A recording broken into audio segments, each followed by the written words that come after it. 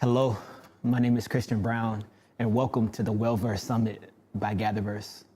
WellVerse is an effort to organize a collective discussion at the intersections of wellness, humanity, and emerging technology. I'm grateful and honored to present to you today as the new wellness director at GatherVerse. I have committed my entrepreneurial journey to humbly exploring the world of mental health and wellness through a startup called Blemish. And I know that this word wellness is so vast and all-encompassing. So at GatherVerse, we created the 10 dimensions of wellness to deliver a framework that covers all perspectives, angles, and lenses of wellness. They are physical wellness, environmental wellness, emotional wellness, occupational wellness, social wellness, financial wellness, spiritual wellness, cultural wellness, intellectual wellness, and creative wellness. And throughout the expressions shared during the next 2 days of WellVerse, each one of these dimensions will be addressed. As you discover new perspectives, ideologies, and principles, I want to challenge you to open your mind and your heart and listen to the talks in this summit, not from a place of judgment, but from a place of empathy. We have a sacred responsibility as humans, one that requires both selflessness and humility. We have a responsibility to consider the well-being of humanity in all that we do.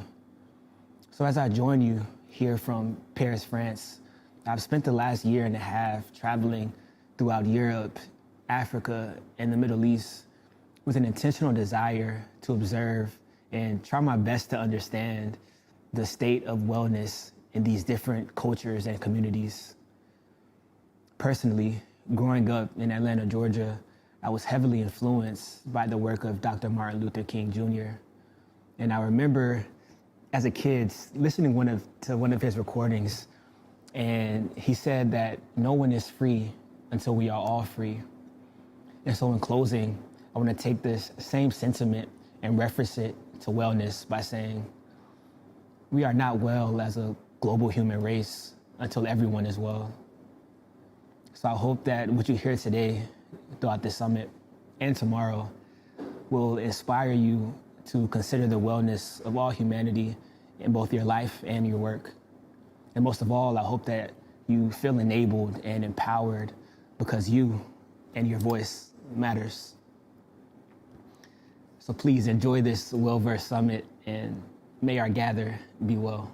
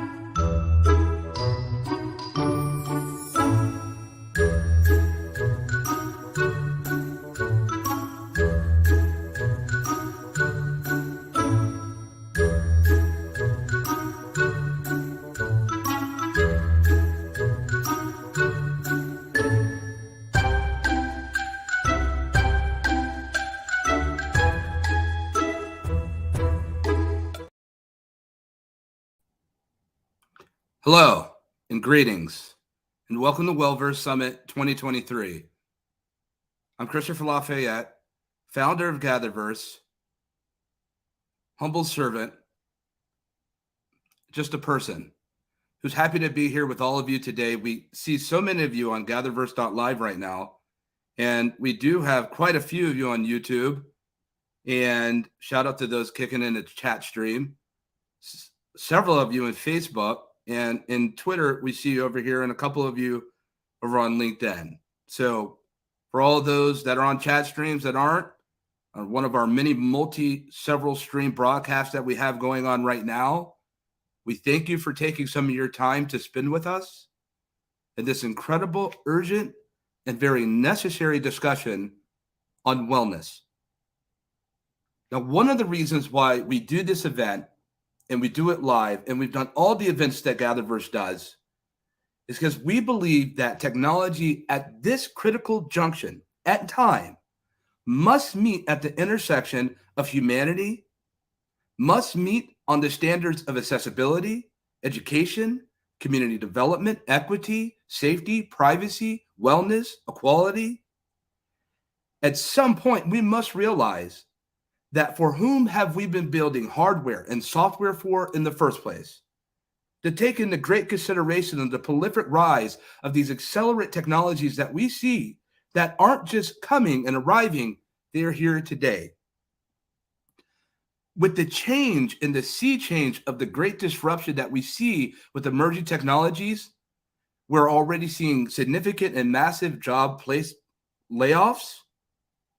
We will continue to see more disruption when it comes to work. If you thought that your career was safe, you may want to rethink it in the consideration of large language foundational models that we see that have ensued across the world, and the adoption rate isn't even at 0.5% of the populace yet. When we start to think about the magnitude of what the intersectionality looks like with the metaverse and artificial intelligence or immersive intelligence, we have to start thinking about what is the emotional psyche and the residual impact of what happens when we begin to have these technologies offered to humanity and adopt from not just from the work lens, but from the human lens, and considering our children, our young people. That depression has been at an all-time high for our teenage women. The consideration of what social media has done. And we're not abstaining and saying we don't go for social media, but we certainly are advocates for keeping safety and privacy and a bench of health and wellness more than a modicum level of what can be attained when it comes to working and exploring and expressing in these virtual environments and ecosystems that we are going and continuing to go further into. We aren't going back. We've become more virtual in the past 32 months than we have the past 32 years. We aren't going back. So making sure that we keep a community of safety, raising the awareness and the flag of educating those who have no idea what these technologies are. So when we think about wellness and we think about all the different dimensions of wellness, might we consider for a moment of how we may be able to use these actual emerging technologies beyond entertainment and reasons for generating substantial revenue and capital? How can we use these technologies that are emerging, that are front center today, for really simply put, human betterment? Today, we're not going to introduce to you a new HMD. I'm sorry. Today, we're not going to introduce to you a new regenerative pre-trained transformer. I'm sorry, we're not doing that today. This isn't that type of event. I don't mean to disappoint you. There's not going to be any new augmented reality glasses, no incredible headsets that we enjoy so much. But I tell you what, 1 billion hearts cannot build the financial metaverse, but 1 billion hearts can build the human metaverse.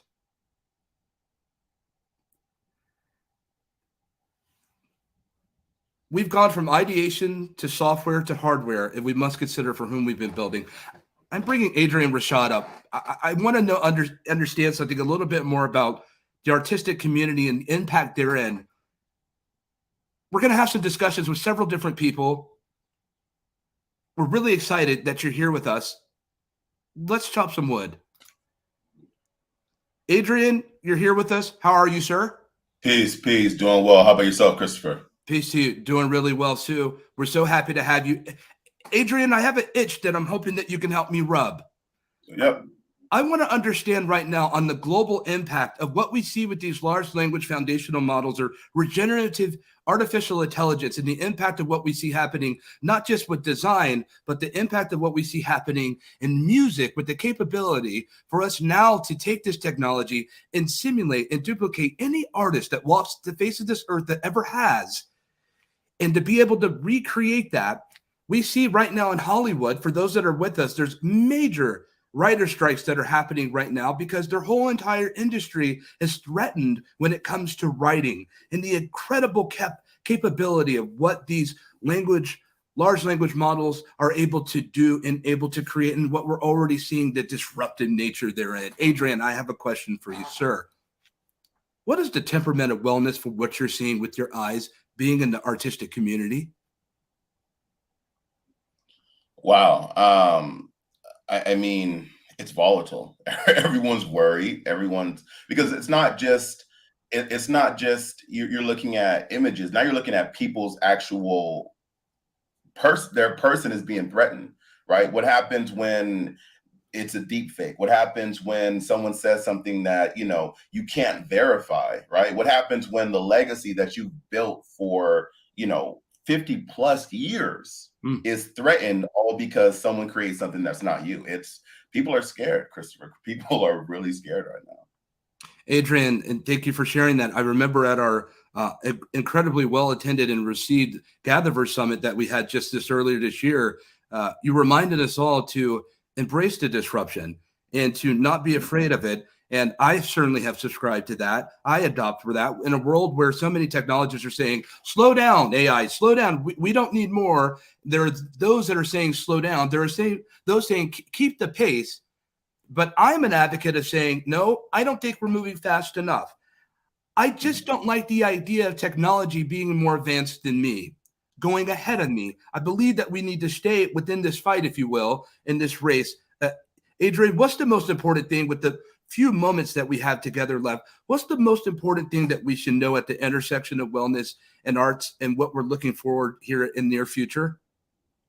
I think, Christopher, the reason that so many people are afraid is because people are afraid to speak up. And this goes back to the core of wellness. Everyone's saying you have a mental illness. You are broken. You are broken.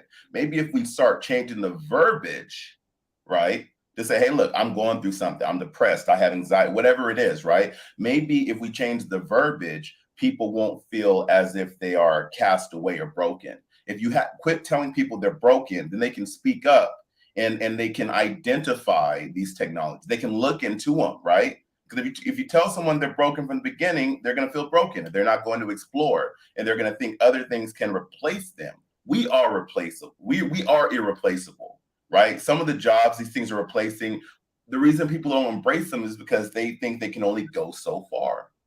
If we quit limiting ourselves, we can quit being limited by the technology. Indeed, Adrian. So suffice it to say, it's okay for us to talk about wellness in the workplace and in life and not be such a taboo thing. Is that what you're expressing? Absolutely. Absolutely. And it hasn't been okay in the past, or at least expressed to us to be okay in the past. So I welcome more people to open up and embrace it. Be who you are. We always enjoy your voice and expressions. Audience, if anything, let a takeaway be for this morning that it's okay to say, I'm not okay. Adrian, thank you. We have Janaea Barnes that are coming up with us in just a moment. Stick with us. Let's chop wood. Peace.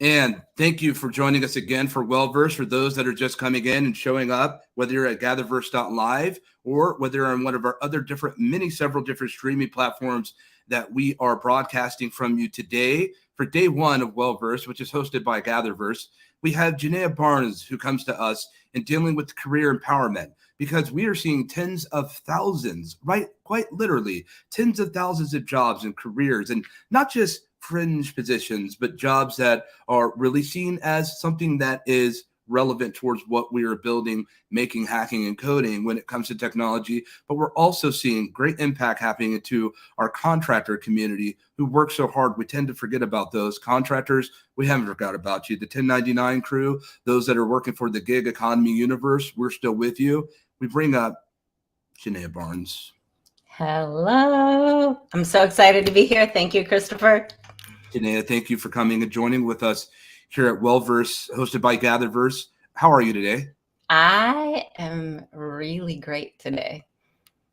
Excellent and amazing, and we're happy to have you. And we're going to lean in and get right into it. From afar, I'm seeing all throughout each continent of the world that AI already has its reaches. And when we talk about reaches, it's reaches of disruption. When we talk about disruption of this nature, we are not unused to seeing disruptive technology. I mean, look at what the iPhone and Android did to the calculator, if you will. And it was impactful to those that it mattered. But it's very interesting when I think about disruption of technology that sometimes things don't matter until it comes knocking on our doors. And so maybe we weren't so feeling such a way when we began to see the Texas Instrument people losing their careers and their jobs because they were no longer able to make calculators for the great populace.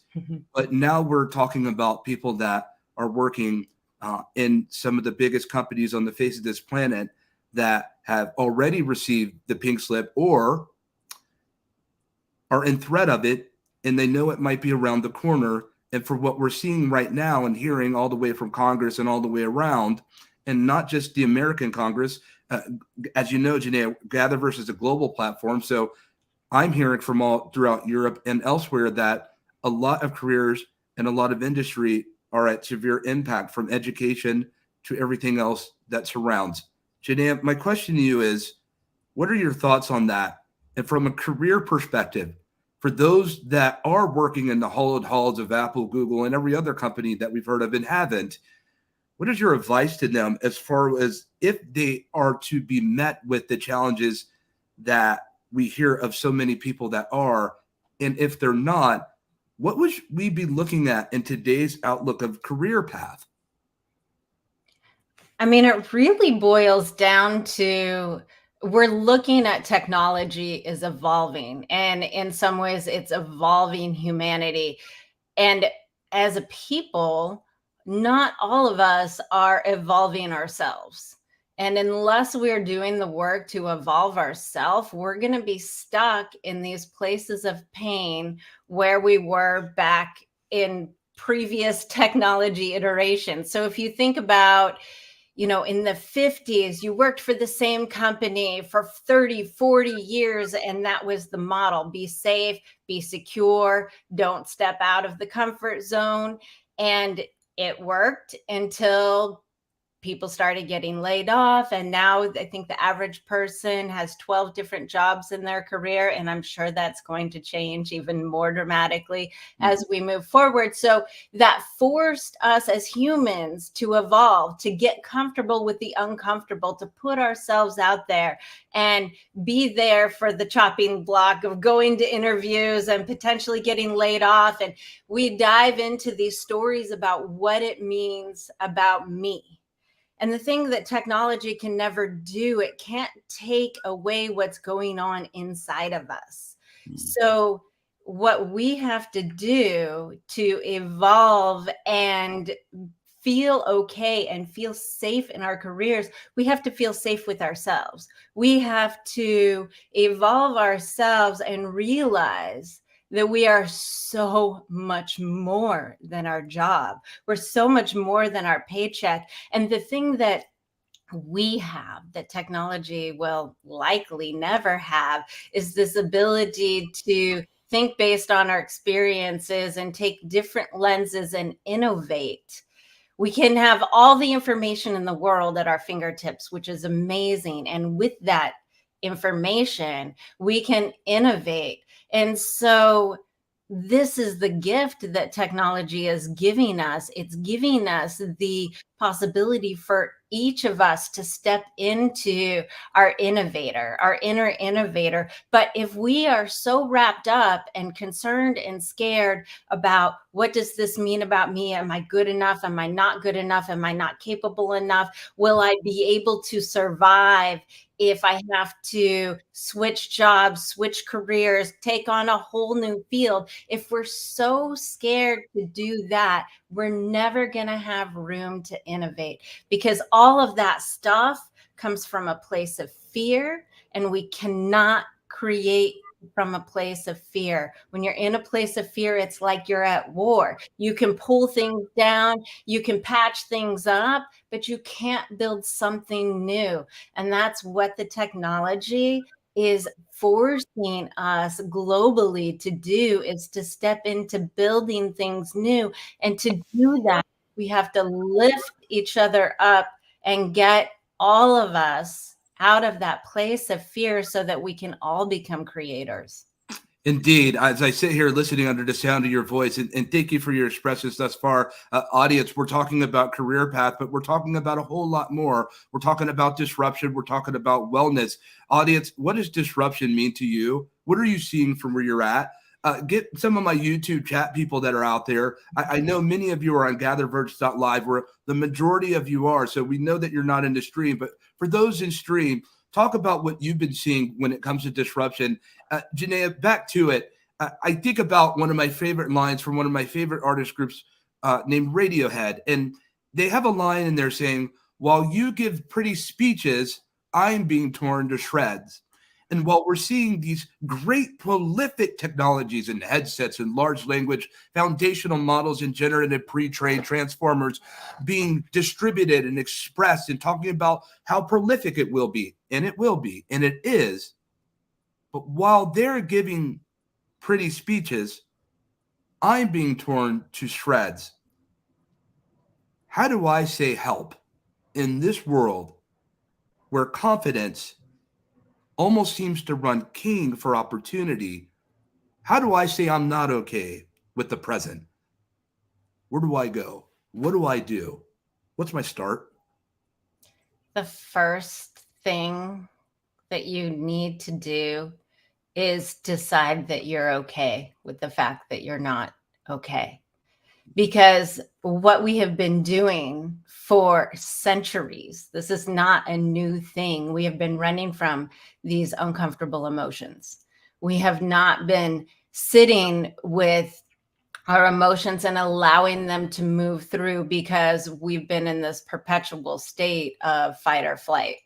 You know, we talk about half of our brain is still operating from the place of like hunter gatherer, fight or flight. So the moment we feel threatened, we freak out and we start making reactive short-term decisions. And it's not until you actually allow your emotions to sit through and come to the other side that you can make a proactive decision that will be positive in the long run. And this is one thing that you all need to know. In your emotion, the chemical side of an emotion runs through your body. It only lasts for 90 seconds. And so in theory, if you allow the emotion to happen, that emotion, that feeling of not being okay, will pass in 90 seconds. The problem is that we, in our minds, start feeding it a story. We start saying, well, but then I don't know if they're going to like me if I go on this interview. I don't know if the next job is going to fire me. And so you start that chemical set all over again. So we have to get control of our minds. We have to allow our emotions to pass through us. And this is, depending on the amount of trauma you've had in your life, this might be real easy for some. It might not be so easy for others. And this is one of the things that collectively we need to help each other to be able to process emotions so that we can step forward and get out of that place of fear and start making those proactive decisions, because there is enough for all of us in this world if we can stop being in that prevent and protect mode and we can start moving into that creation mode. Indeed. A very powerful consideration, if you will. I think about in this world of social media and influence, I think about in this world of these technologies that have legitimately and literally are transformative in the changing of our lives and how we go about business and the ingress and the egress and working in a hybrid fashion, and how things are just on the local level, whether here in Silicon Valley or whether in Munich, Germany, or in Lyon, France, or in Paris, as young Christian had just expressed in the beginning opening of this, talking about we're not all right until everyone's all right. And I think about the great disruption at hand from the lens of a technologist, as someone that has diligently and studied these type of technologies and AI before even XR was something that I had a fancy for. Looking at the magnitude of that, I realized we're no longer reading from novels on the things that can be experienced and happening. We're living the novel. And I see with this disruption coming on the career set, and have heard from people, I hear from people all the time, that now that they have lost their career, their opportunity, now that their startup can't be funded. Audience, how many of you have a startup out there? You're looking for deal flow capital. I'd like to hear from you. I'm sure there's many of you, or how many of you have had to sunset your startup where you put blood, sweat, tears, energy that you'll never get back, time, and you put that in there just to be met at the failure of having a great idea, but not enough fuel to fly that incredible thing that you've made to get off the runway. Janaea, with that said, there was a time where we would look and we would lose our careers or our startups, and we would go look for something new, a different thing available. But I believe that we're heading into a renaissance of necessary innovation where we'll have to innovate and find our own way and perhaps even build our own way. My question to you is this: is it okay to press the reset button? Is it okay to say, I have to start from the beginning, and the person that I once was in the eyes of others and even myself, I'm no longer that person. I'm no longer capable emotionally. This person that used to be this social juggernaut or known for having this platform, because that's a really big deal in the startup community and the technology world, to go from such a high and lofty place to find yourself on such a low level. But is it okay to hit that reset button? You have to. The thing is we get so wrapped up into these identities that our jobs or our careers place on us. Oh, I'm an influencer. Oh, I'm this kind of person that makes an impact. Oh, I could never do that. And the thing is each of us individually, we are so much more than who and what you think you are. You have access to so much, and your ability to be able to rise to the highest levels of emotion and be able to sit in the lowest levels of emotion is what will allow you to reset.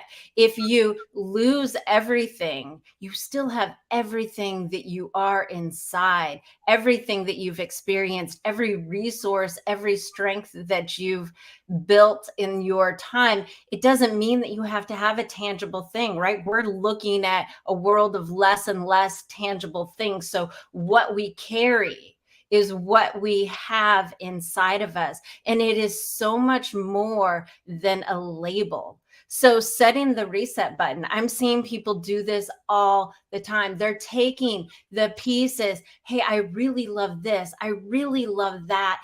And I've always been interested in this. How can I pull all of these things together? How can I connect to my purpose, something that's deeper within me? Again, talking about the evolution of ourselves. We're not doing it just for the social prestige. We're not doing it for the accolades and for the money. But when we start moving from this place of something that is meaningful to us, that is, and then we can pivot left and right as we need to, because we're not trapped in an identity of what it means. When we get to decide that we get to mean anything and everything, that we don't have to be pigeonholed in a little box. Like if I stuffed you in a box right now, how would that feel? Can't really create, can't really do much to innovate from that place. You might get real good at sweeping out the corners and making that box look real pretty. But in your mind, if you're trapped in that box, that's all you are. But if we break the walls down of that box and you have access to go anywhere without the anchors of worrying about what people think of you, this is the fear. Then we get to be who we're born to be. We can innovate and really step in. And don't get me wrong, it's messy. That process is not pretty. Some of us have been on that journey before all of this. Right. I used to have a fear of failing the champion cause for humanity. I thought that I would lose. It could lose at any time. But I realized I've already won when I took the first step. Janaea, thank you for your time. Audience, we have Emily Wright coming up next. We have a lot more to go in this WellVerse Summit. You're such a value add to the GatherVerse community. Thank you, Janaea. Thank you. Such an honor to be here.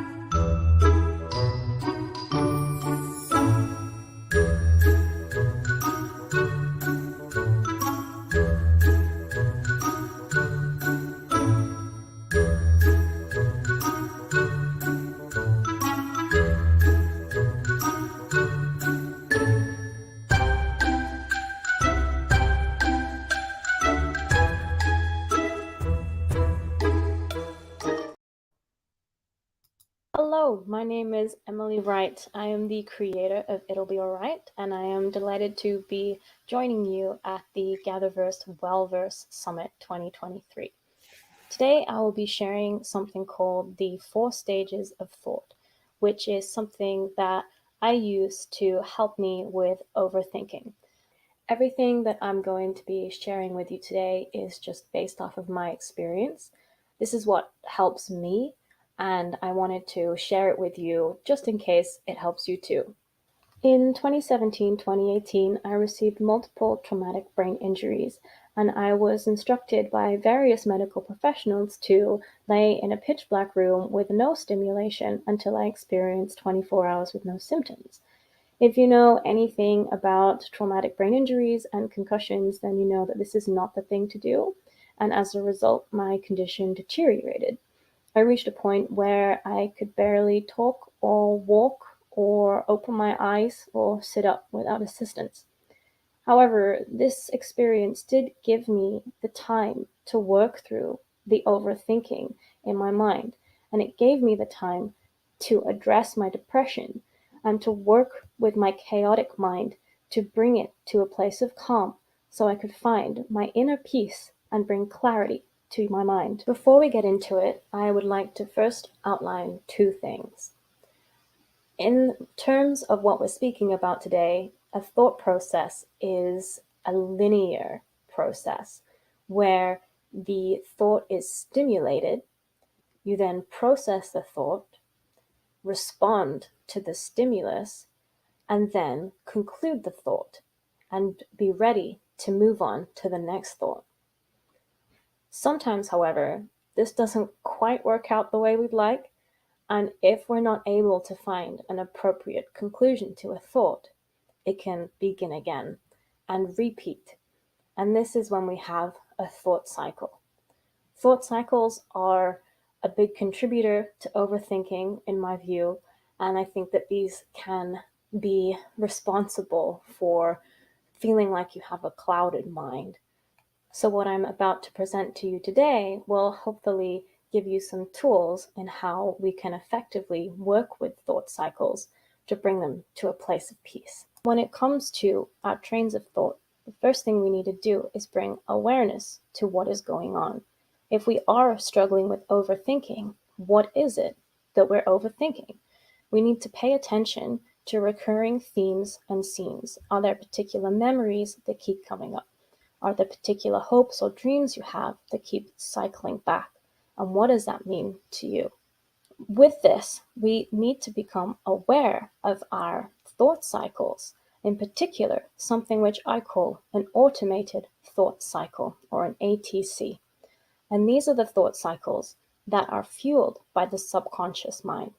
And these are what can be a little bit scary sometimes, because we can feel like we're out of control of our minds when our subconscious is consistently bringing up thought processes that we don't necessarily want. But the thing is, it's these thought processes or these thought cycles that are really important. The ones that repeat are important because it could mean your subconscious mind is trying to tell you something. So the goal of the 4 stages of thought is to, in general, bring thought cycles to thought processes. So we can take those cycles and bring them to conclusion, and therefore go from chaos and overthinking, a crowded mind, to a clear mind, to a calm mind. The first stage is distraction. In stage 1, this is when we try to distract ourselves from the issue. We ignore it. We fill our minds with as much stimulation as possible from many different sources that could be external or internal to prevent the thought cycle from surfacing. So, for example, we could be filling our time with loads of tasks or technology or entertainment or education, or we could be thinking about as many different things as we can other than the thing that we should be addressing. Once we have realized that there's something that we do need to address, this brings us to stage 2, introspection.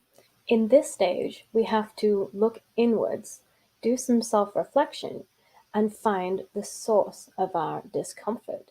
We have to give our overthinking a bit of breath and allow our thoughts to unravel so we can follow them backwards to the source. This brings us to stage 3, extrospection.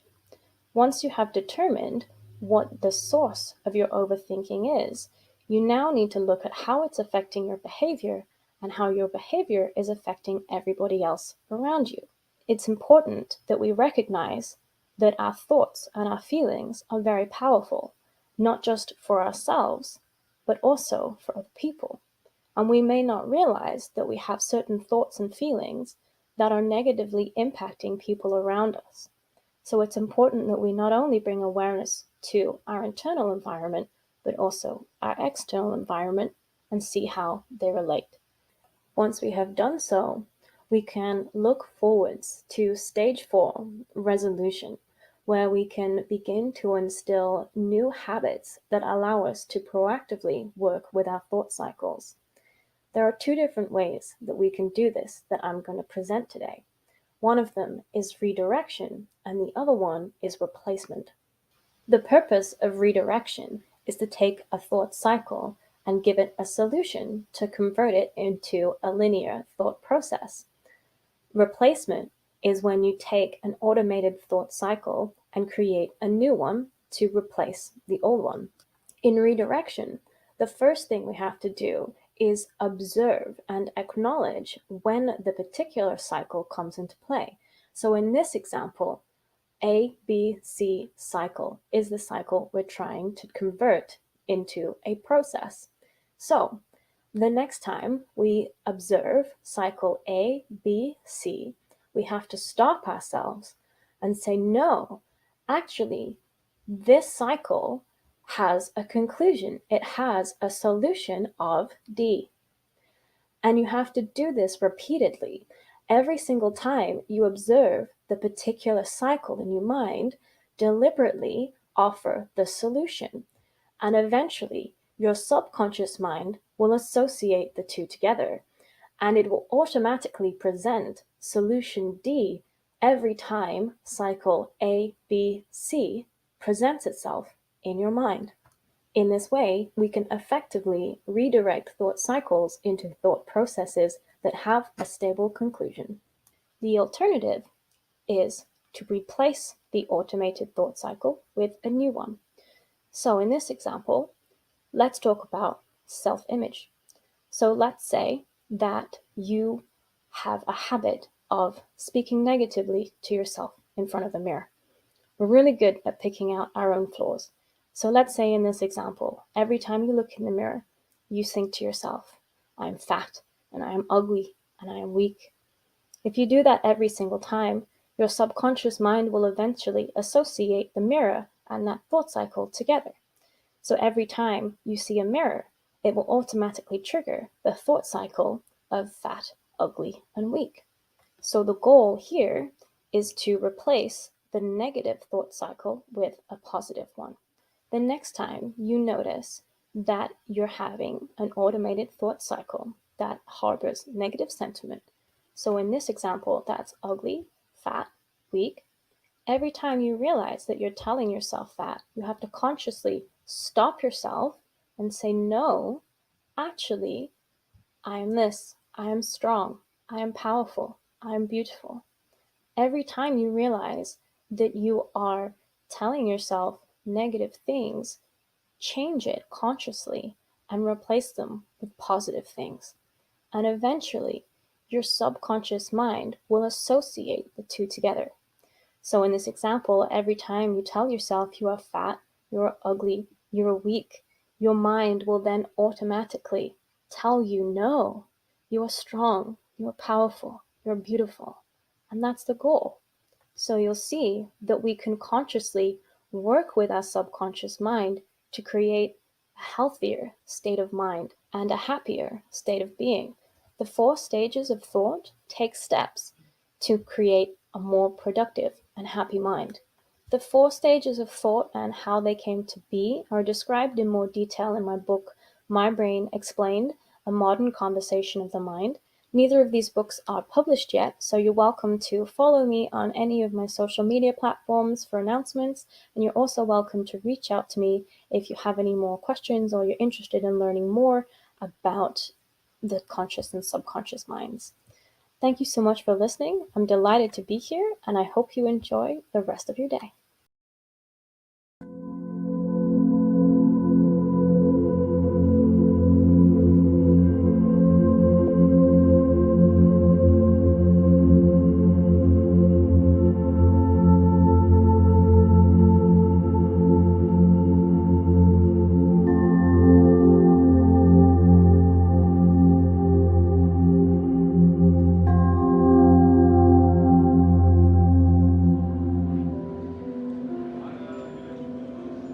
Now we are going to go on a journey all together. So choose a car or a rocket or a boat. How you want to go in the journey, or by walk, or maybe swimming, or maybe on a bird. It's just up to you.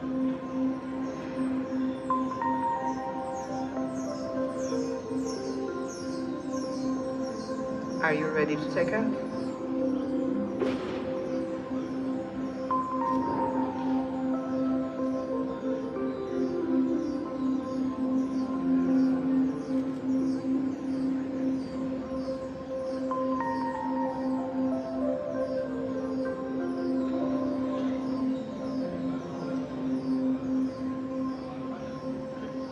Keep breathing. Just breathe.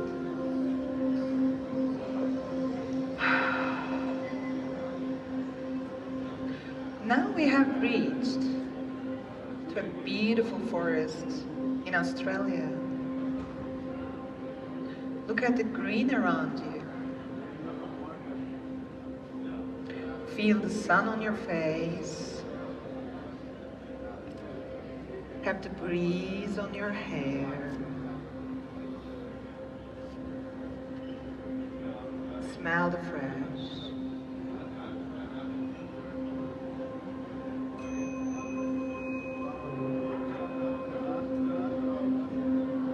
Look at the animals around you if there are some.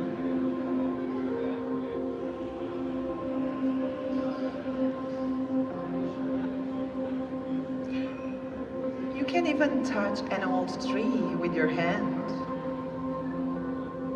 and listen what it's saying to you.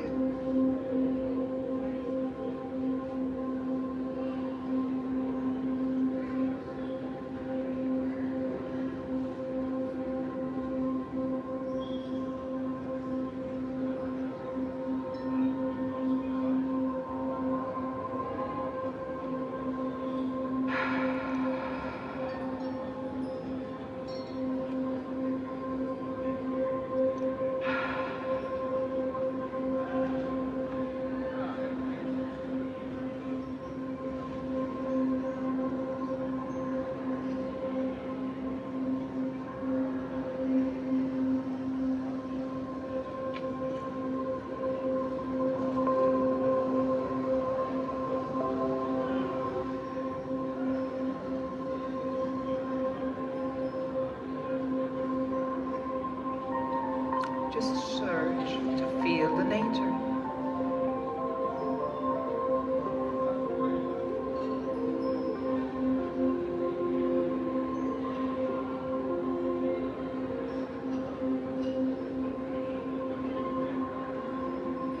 What do you see?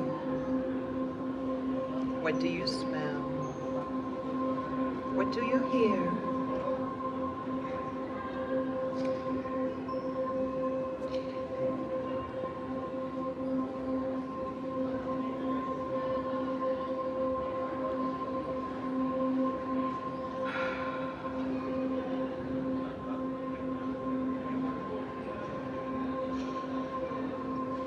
Look at the animals around you.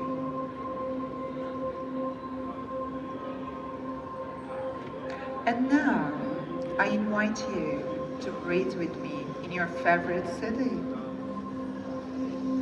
Breathe with me in Berlin, Brussels, Tokyo, Amsterdam, Ibiza,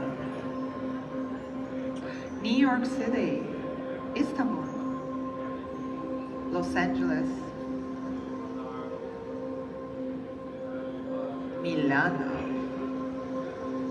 London, Mainz, Rome or Paris. And breathe with me in Bali. And breathe with me in Harlem. Just breathe.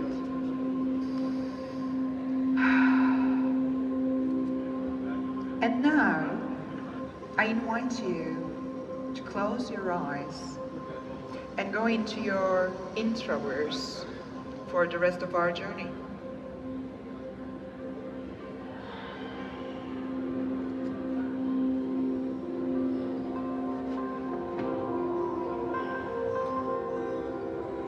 Just try to feel more, hear more, see more, and smell more.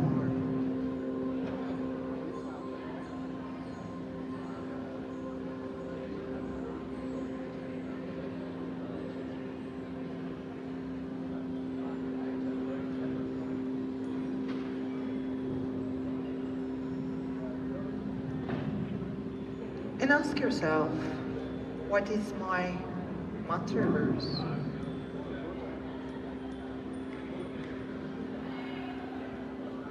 It could be a vision, it could be a visual, it could be a word. Now slowly, we are leaving the earth and and we are going into the space. So everything is getting smaller and smaller. The trees, the cars, the people, everything around you.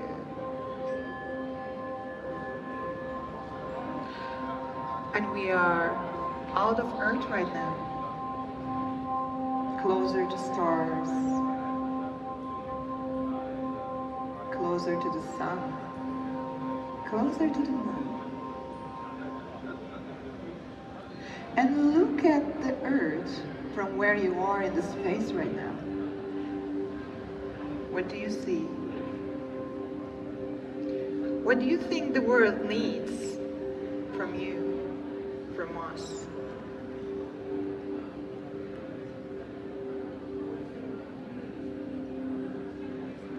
What can be your mantra verse to guide you while you're working and creating in your life,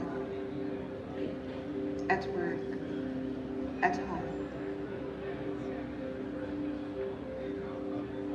with the people around you?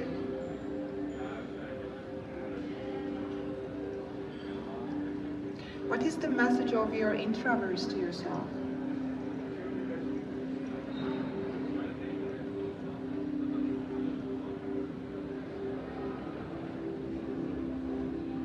What does the earth tell you for a better world?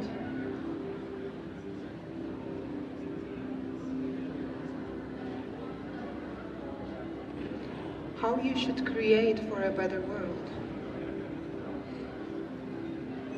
How you should work for a better world? Which people you should collaborate for a better world?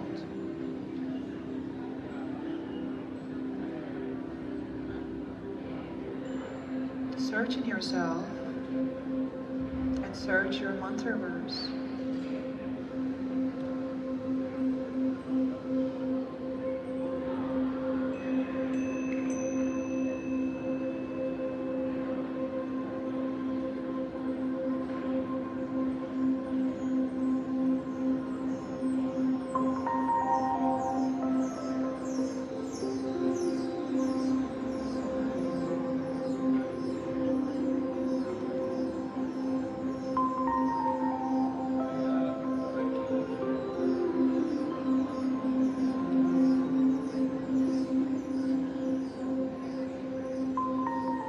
And when you're ready, you can open your eyes.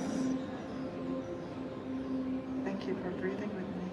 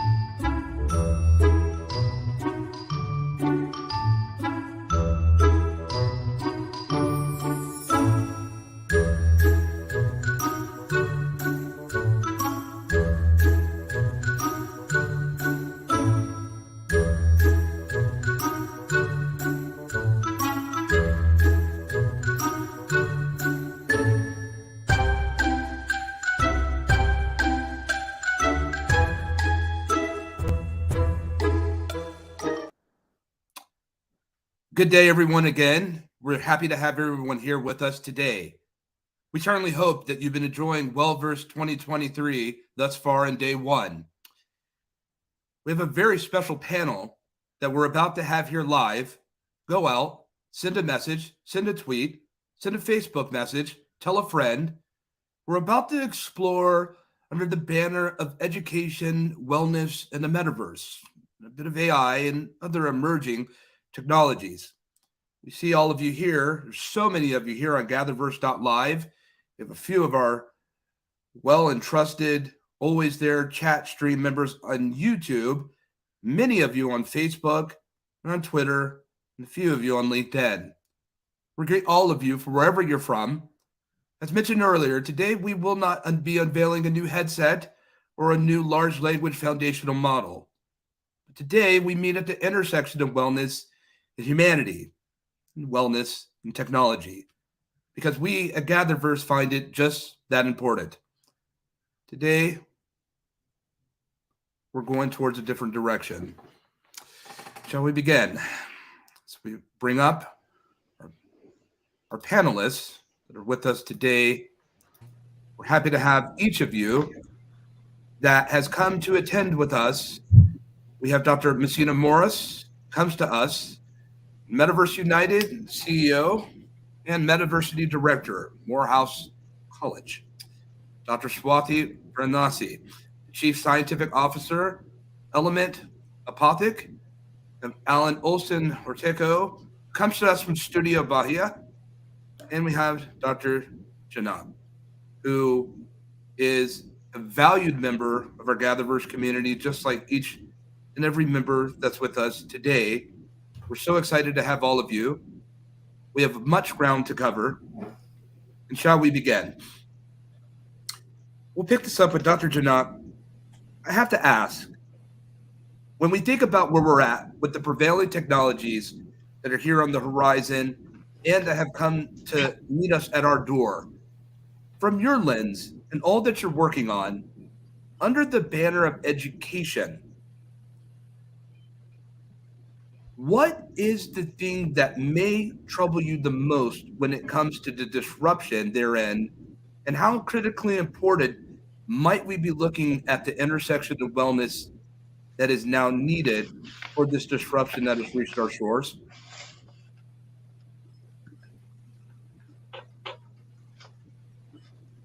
All right. So you said the thing that concerns me the most about where we're at with education in the metaverse? The absolute most. Yeah.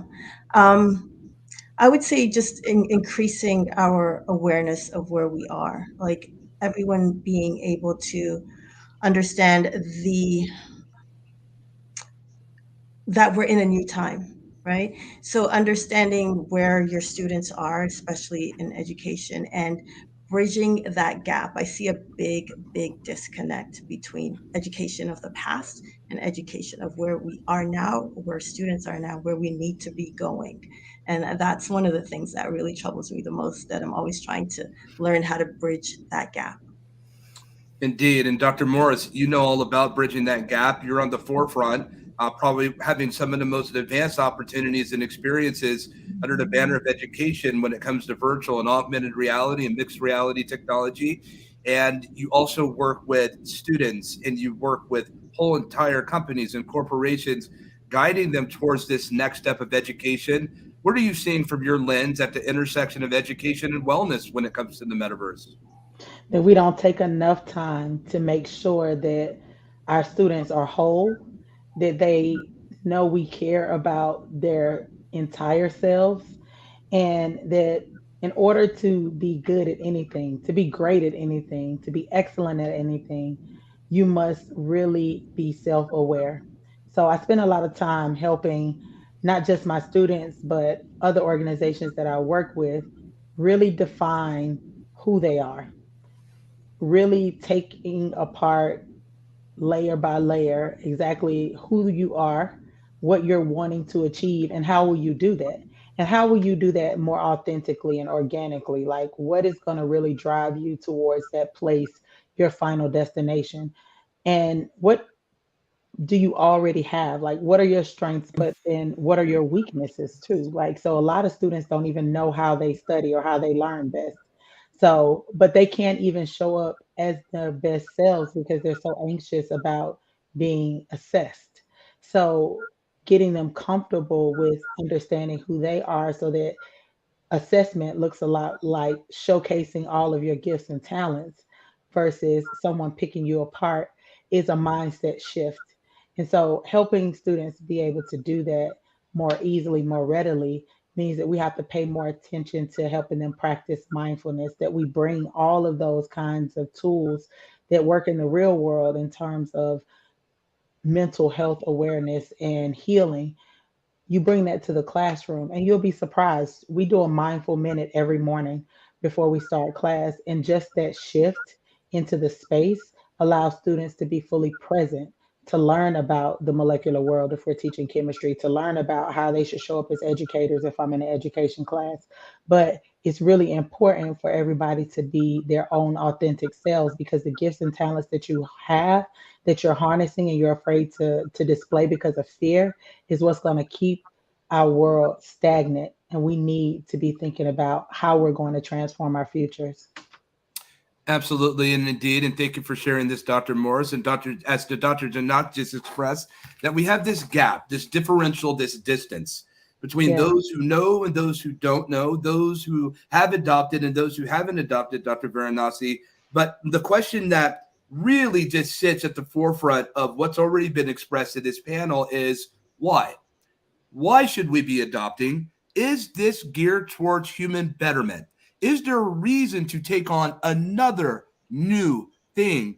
And before you answer that, audience, we're here.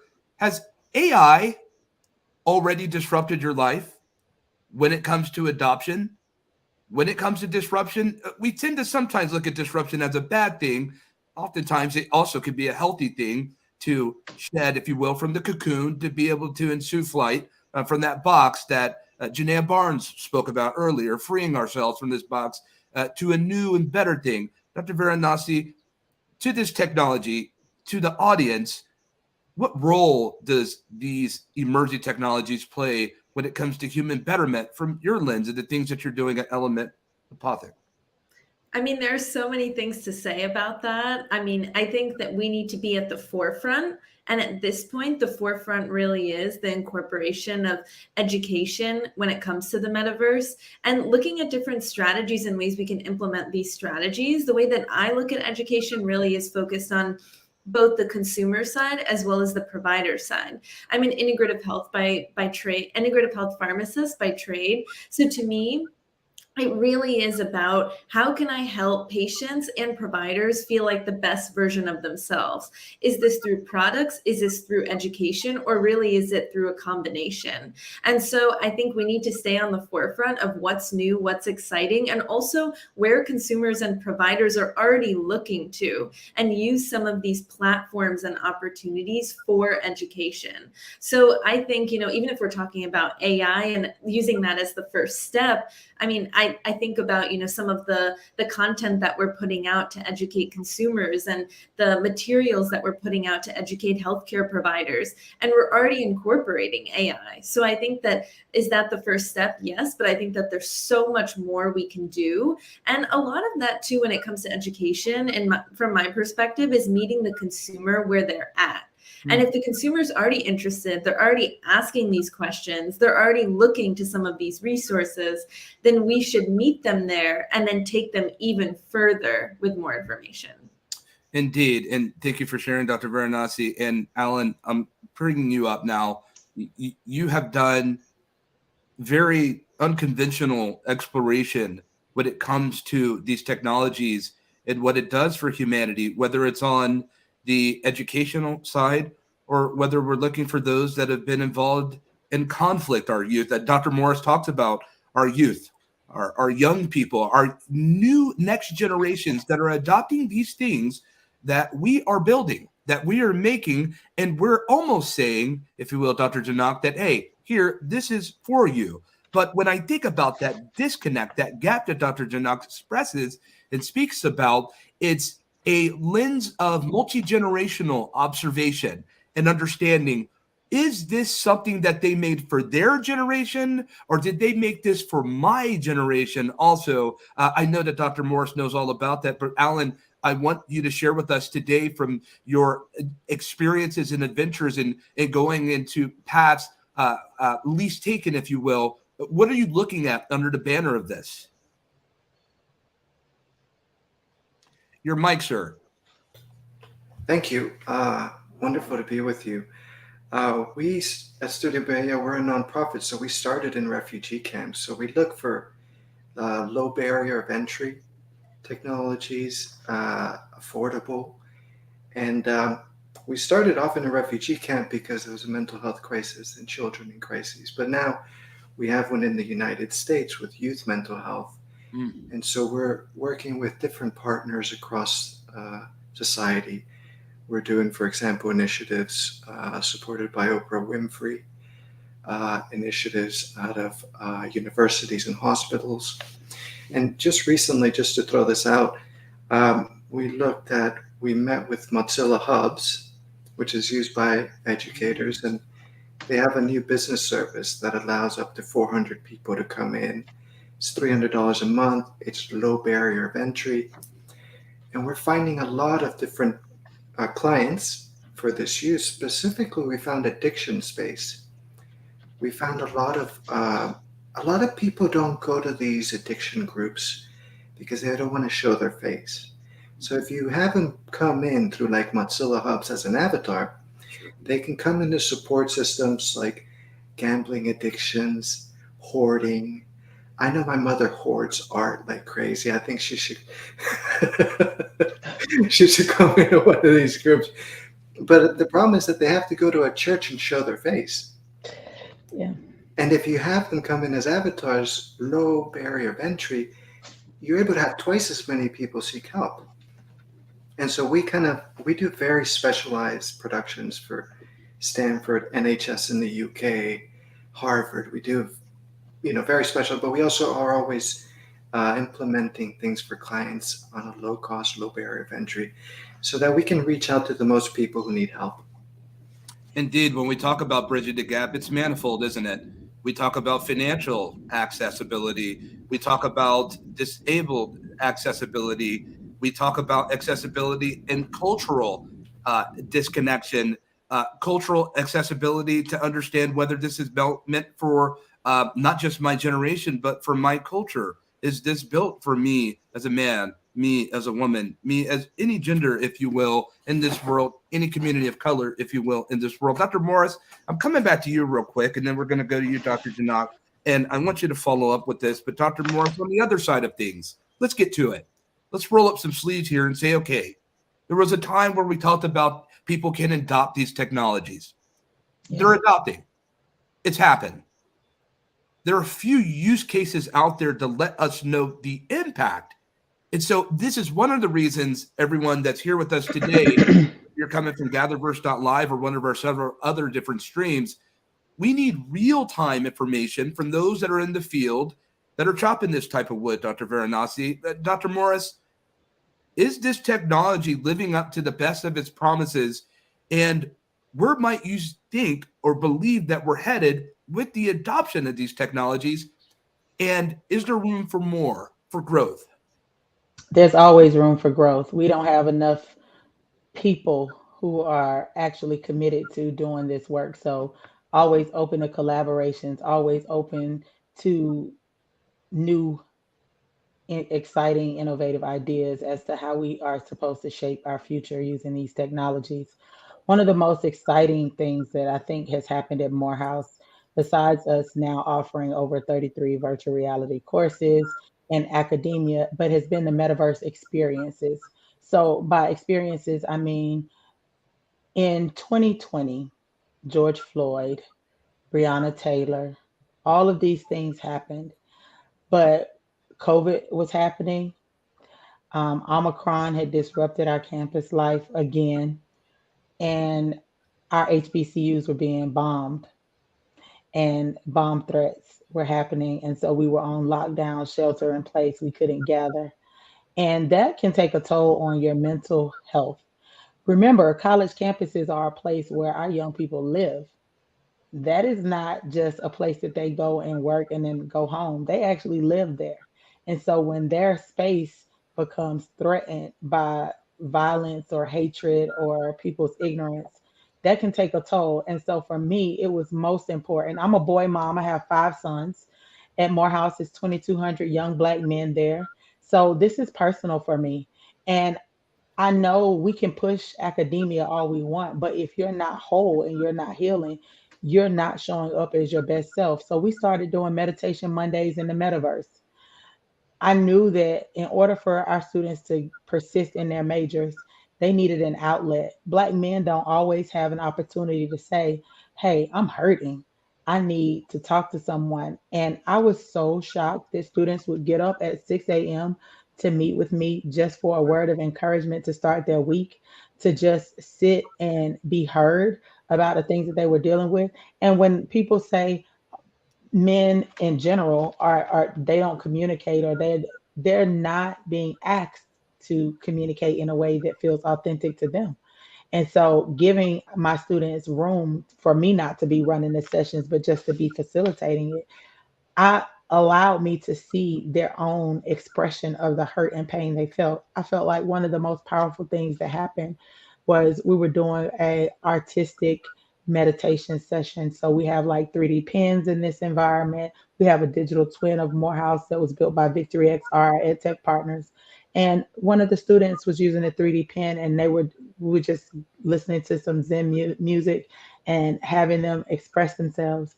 One of my students did something that was so amazing to me, and I still do it when I display the demo the campus. They just walked around with the 3D pen like in 45-degree angles. But eventually, like, this turned into a cage, and he said, "This is how I feel."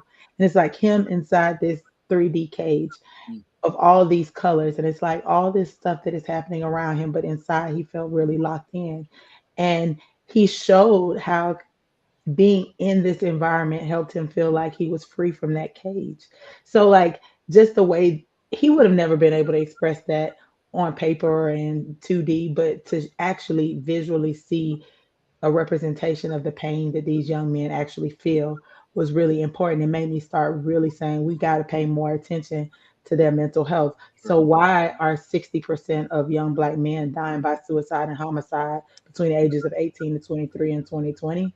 A lot of it has to do with them feeling locked in a cage that they can't get out of, and the outside world is so busy doing their thing that they don't hear them screaming out for help, and that trauma stays with them. And so in order for us to be a whole society, and Black men being head of their households, we got to make sure that if they're going to be head of their households, that they're whole from the inside out. And so those things are still very much so important. And so we need people who are willing to allow us to explore these areas of wellness outside of, oh, it's just rigorous academics, because we're really trying to build a better future. A better future looks like a whole healed humanity. And that means that these young Black men also need to be a part of that conversation. Indeed. Thank you, Dr. Morris, for sharing that. It reminds me of just how artists through the ages and dispensations of time, if you will, would express their hurt and sorrow and depression, if you will, through artistic works that they would make and that they would show, and how it would reflect.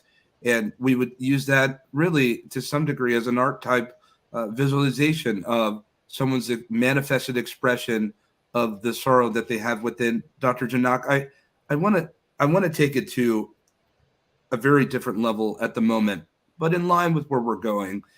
You have a lot of stripes on the wall, if you will, and accomplishments and things that you have done and things that you are doing. Help me to make sense to our youth, to our younger generations, and our more mature generations, and those who don't operate within this sandbox that we operate when it comes to technology. On one hand, we have large language foundational models that are taking the world, the working world, the educational world by storm. This time last year, none of us were talking about AI in the way that we were. Many of us were talking about the metaverse, as we yet still should. That hasn't left, but a big shadow of a mountain has came next to it, if you will, ecologically in this garden, called artificial intelligence, this generative pre-trained transformers. I don't want to put so much emphasis on the technology, as there are many technologists, as many of us talk about this in our daily dealings and lives. What I want to focus on is, and so in line with what Dr. Morris just expressed, Dr. Janak, is how do we navigate these roads that we enjoy no blueprint for, and we've never been this way before. Yeah. But we have the demand and the expectation of what generation after generation has had, if not even more, on our shoulders. How do we go about navigating these new roads? Wow, that's a great question. The things that come to mind, and I'll think about the things I tell my students about how we got through the past few years is one, to learn to become your authentic self. When things are going around you and it seems like a spiral, I believe that when you center yourself, and that's by learning who you are, and just instead of becoming dizzy with everything else, you kind of center yourself and learn where things are falling. And so I just think that's the best way to go about doing that. Centering yourself instead of getting caught up, because when you get caught up into all the multiple things that are going around in the metaverse, on the internet, and so on, you become dizzy. And so I just use that as a metaphor, like, I want to be centered to know where to go at the best time. Yep. And so becoming your authentic self, learning how to express yourself in whatever is going on, and learning how to be you in whatever situation is going on, I feel is one of the best ways to get through tumultuous times and to learn how to embrace changes, like to know change is coming. It's it's how we move forward as society, is by embracing change. So know it's coming and learn where you are going to land when everything falls. Because when things start and they disrupt you, it feels chaotic. And we can't really do much when we feel chaotic. So by centering yourselves with breathing exercises like Anil just did before, and just sort of stepping back, is one of the best ways to get through it. I find that so thematically striking and quite apropos your expressions, Dr. Janak, as to what has been expressed already in the beginning stages of this summit of WellVerse, if you will, when we talk about innovation starting from within. That what happens when the tens of thousands that have lost their career, the biggest companies you know of in the world, the ones you never even know of and never heard of, people are being displaced now. But what happens when I go back to look for the next opportunity and it's not there? Where someone says, you know what, I'm going to go back to school, but there's nothing to go back to school for, because AI has taken that next dream and vision that you have. So when I think about what you're expressing and what's been said earlier about innovation coming within, it seems to me that we're headed into a renaissance of innovation that starts here in the human heart. Yeah. Start off in the desktop and the laptop and the tablet and the phone and the HMD and the devices, Dr. Morris. Dr. Varanasi, it's not going to start anywhere external to ourselves, because at some point we may have to go back into regenerative first principles of our own selves. Absolutely. How do I clear the slate to be able to begin building something that I've never built before? And how do I take advantage of these technologies that have disrupted my life, and to take advantage of it to be able to use it as a tool so that I may prosper towards something that has never been introduced to society before, that is hopefully sustainable to put roof over the head and food in the belly. Dr. Varanasi, I have a question for you under banner of wellness. You work in that theater of wellness when it comes to the medical theater. My question is, with these sea change of disruption that has arrived to our shore, is knocking at our doors, Alan, Dr. Varanasi, who brings wellness to those that provide us wellness? Onefold, it's manifold, this question. And the second would ensue is, how are we taking a new approach as those that are first movers and innovators in building? What governed role, responsibility have you found yourself in carrying towards moving this technology, hopefully in a healthy fashion, towards getting other large companies and small to make good decisions on what's next? Yeah, I think this is a wonderful question. And I think so much of it goes back to what's already been said. And then I can, even build upon that there. So The first part is authenticity, as it's been mentioned, is what feels good to you, because when you feel like the best version of yourself, then you can bring that to the world. And I often feel like, and I think this, many people would agree with this statement as well, that when you feel like the best version of you, oftentimes that's very much aligned with what's best for the world around you, as well as, you know, the people around you, the environment around you. And so much of that speaks to this, you know, big discussion of sustainability and greenwashing and all this stuff is super in vogue right now. But I do think that when we feel like the best version of us, then we can help the people around us and also help the planet as a whole. So I think that a lot of the beginning stages of, you know, how we as, you know, whether it's healthcare professionals helping patients or, you know, whatever type of relationship, like symbiotic relationship that is, and even synergistic relationship, has to start from within.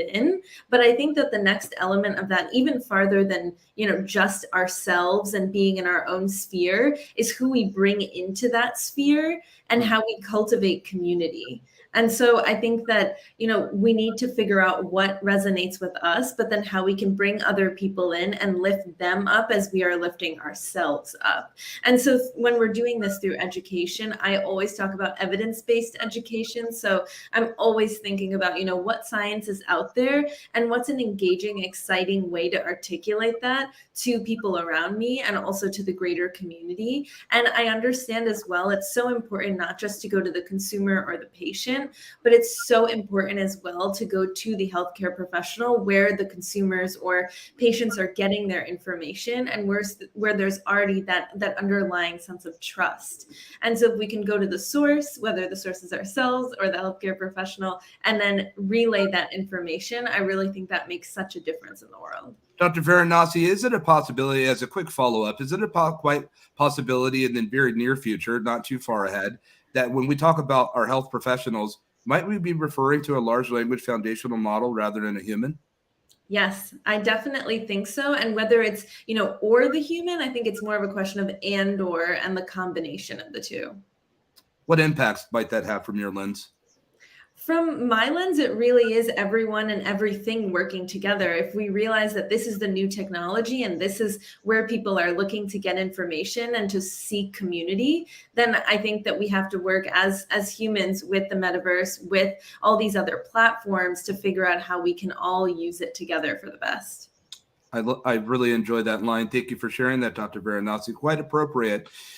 Alan, when we talk about human centricity, you brought up something just earlier in the beginning of your discourse, if you will, when you talked about working with communities abroad, and let's say far from, let's say, here in North America, where many of us are here, and we're as innovate, certainly not limited, GatherVerse to North American shores, and we're not approaching this discussion with the North American bias, if you will. But we talk about refugee camps. That's certainly something that we tend not to hear about here in this country yet. It is a reality. It is a reality when we start to look at every single continent on the face of this planet is impacted with depression, is impacted with poverty and stricken conditions. And the reality is that governments will only ever be able to do so much, Dr. Morris, and they will only be able to provide so much help and resources. And going back to what Dr. Varanasi said, she talked about the power of community healing and contribution and wellness. Alan, I want you to take it from your lens of experience, not at the university level. Let's get off the college campus for a second, can we? I want you to talk about from when you're working in these camps, when you're working with these mass communities, how does community take adoption towards self-sustaining itself and innovating and using, when they do get these resources, when they do receive that, how do they champion that forward so that they become independent? Thank you. Great question. We work in different camps. In Africa, we work in the Rhino refugee camp, in the Middle East as well.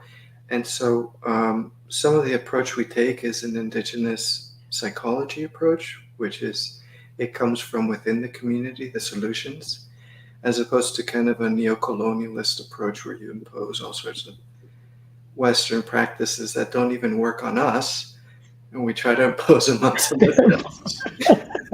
So there's a lot of Eurocentricity, very predominant throughout, especially from the Europeans, but by extension, us in North America, we borrow these neo-colonialist practices, they don't work on us. And so why are we exporting this sort of thing?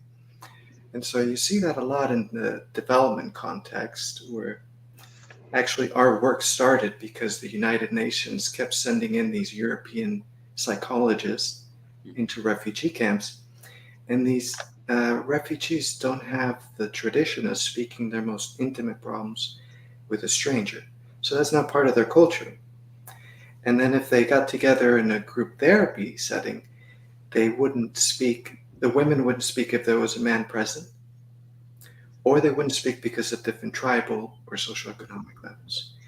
And so that's the United Nations trying to impose a certain type of psychological practices common to Europeans and North Americans. At the same time, so we decided to go with the nonverbal Google Cardboard embodied form of therapy. And so we actually, we manufacture VR headsets that come inside of this little cute lunch case. And we do a very low cost approach. Our manufacturing is $8.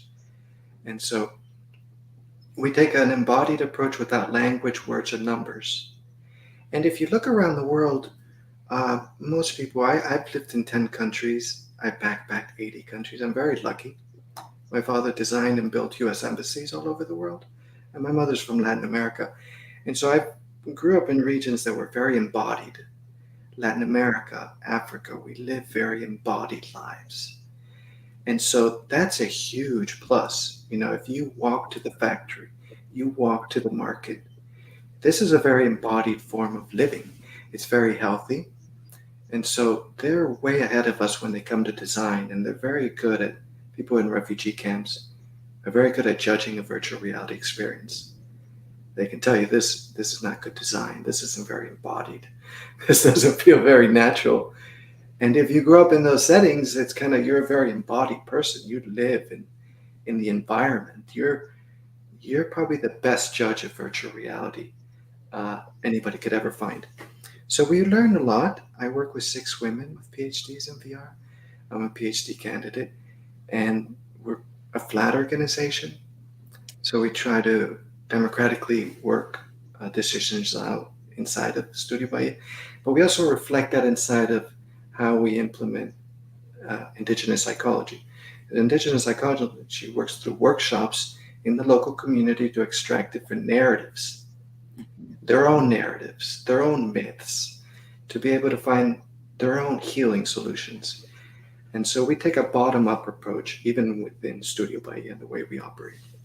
Certainly a bit of agency within that. And thank you for sharing with us, Alan, about those headsets too. You do realize you're obliged to send each of us ones for the shameless plug for the $8. I'm definitely sending everybody. We're sending a dozen to each of you, actually. I'll take a couple myself. On a different note, you talked about backpacking and the experience of exploration of land, of nature. I myself have been backpacking in Europe throughout and seeing the Julian Alps, the French Alps, the Swiss Alps, the Austrian Alps, the Dolomites, if you will, of Italy, and how beautiful and lovely it is. My knees hurt. I can't imagine doing 80. But Dr. Morris, I think about something. I had an opportunity to visit with you on a very lovely campus in Atlanta, Georgia. Yes, you did. I remember it was a powerful experience that I had, Dr. Janak and Dr. Varanasi and Alan, that when Dr. Morris showed me a part of their campus, there was such a familiarity with what I was seeing, and I realized that I had saw it in VR first a few years ago, it feels like. And then here I am in real time, having arrived to this campus. I said all that to say that when we think about the land, the nature, we think about this world, this beautiful world, even with all the depression and the sadness, the sorrow and warfare, if you will, there's something so intimate about the things that are around us. They're grown in nature, if you will. And it made me consider that with technology, we don't use technology to help us to, if you will, identify and understand nature. We use nature to help us identify and understand what we might build with technology through the artistic, inherent, natural experience of nature itself, never Correct. the other way around. I realize that AI and the metaverse can only duplicate so much. It can only show so much compared to what we have that's always been here. Um, True innovation, if you will, that we've been born into. Dr. Morris, on a very intimate level, we are extending reality. Correct. Are we doing a good job at it? We could do better. We could do better. And I say that because there are still communities that are isolated from using this technology that could benefit from it, but could also give so much to this conversation. So let's say, for instance, I'm an autism mom. I have two sons diagnosed with autism, but one that has moderate support needs. I don't feel like his community is always considered in terms of what the needs and necessities are. We have about a third of our students that need certain specialized services on the campus of Morehouse. So I don't think that all of their needs are being met by the technology or by, just the world in general. So we need to start thinking about accessibility in terms of like who's being excluded, truly who's being excluded from these conversations about what they need. And that's why we need more people to actually chime in on where are the gaps. I know people think in terms of, okay, so mental health or mindfulness practice or those kind of things, fitness. But I'm thinking in terms of just spirituality, just in terms of presence, in terms of inclusion. But okay, now that you're included in the conversation, do you feel like you belong? How can we create a sense of belonging for young people, for even adults? Right now, how do we get educators to think that this technology is useful for what they are trying to do in terms of educating students? They don't need another thing that they have to push uphill alone. They need community, they need supports. And looking at how we can actually, so you talked about the bottom up approach, Alan, and I always talk about people using, administrators, that top down approach. They always mandate for educators to do something. Bottom up, we always look at the students and how can we help them. Nobody looks at the educator who has to show up 40 to 60 hours a week present with your child all day long. Who is raising your child? Who is raising the next generation? What's the educators? What are we doing for them for wellness? So I could tell you what we've done in terms of educator wellness training is trying to provide them with an opportunity to just sit with the technology in terms of mindfulness practice, using different applications on VR to be able to just help them work on healing themselves from the inside out of having to be present during all of these transitions that have happened. How can we make sure that we are recognizing that the educator is the one that is in the trenches with your child day in and day out? And if they're not whole, then your child isn't going to be whole. You wonder why we have ninth graders that cannot read. How do they get to ninth grade? Sure. Because you have to keep passing them along, but someone was not able to even pay attention. When you're so busy dealing with different issues, you can't even pay attention and be focused on what's really going on. And we can't have an illiterate society. We're talking about technologically literate, we're talking about scientifically literate, we're talking about what just happened in our world over the past few years. We are not pandemic safe yet, everyone, but no one understands what's really happening on a molecular front and how we can prevent these type of things from happening. Want to look at the economics of it all, but the truth of the matter is people are tired, people are burnt out, people need security, people need to feel safe, they need to be heard and they need to be seen. But that's not what's really going on right now. And whether we like it or not, it starts in the schools. It really does, because that's where the majority of our young people are being shaped and formed into who they're going to be. By the time they get home to their parents, it's bedtime, bath time, sleep time. They don't, you get raised the 40 to 50 hours during the week. That's why wellness in schools are important, but that's why wellness on your jobs are also equally important. That's why organizations and corporations and nonprofits and wherever we are showing up as human beings during the day, we need to be practicing and having the foresight to think about ways in which we're going to be healthier. Because sitting in front of a desk all day for 40 hours, 50 hours, that's not good for us. Being on these blue screens, that's not healthy for us. Being able to take a bathroom break is, you know what I mean? And we don't even prioritize those kinds of things. So we have a long way to go in terms of just emerging technologies, but just in terms of what do we constitute as wellness as a whole, as a as a world? And it's not the grind culture. We got to let that go, because we're not whole enough to even create a better world if we're sitting in our own stuff. So, I find that very fascinating when you said it's not the grind culture. Then it leads the question, what is? Dr. Varanasi, I'm turning the page to you, and Dr. Janat, we're headed your way. I'm very intentional in what I'm about to ask to both of you. Dr. Varanasi, you speak at several different universities, you guest lecture. You are a very rare person that helps the transition people's whole lives, their career settings, alternative career settings, different approaches, where they might go, even a little bit under the consideration of not just transitioning into a career or startup culture, but how you go about it along the way of nutrition, what we take in, what we ingest every single day that it takes to get to these steps. We often see the success of others, but we often do not see the path that they had to take to get there. And sure enough, in this present time, we're all going to new roads that no one's been, as we've already discussed. We're heading into a path, into an unknown forest, if you will. There are many people afraid. But as it was expressed this morning, it's okay to not be okay. And it's okay to say, I'm not well. I'm not right. I need help. It's okay to say that, should not be taboo. As somebody that's holding the hand, if you will, to cohorts of communities, that you would go to Morehouse, if you will, and the ones that Dr. Morris has been building and helping to ensure the next step, that you would be the person to say, come with me, if you will, to that place. What would help equip you to make this process more feasible?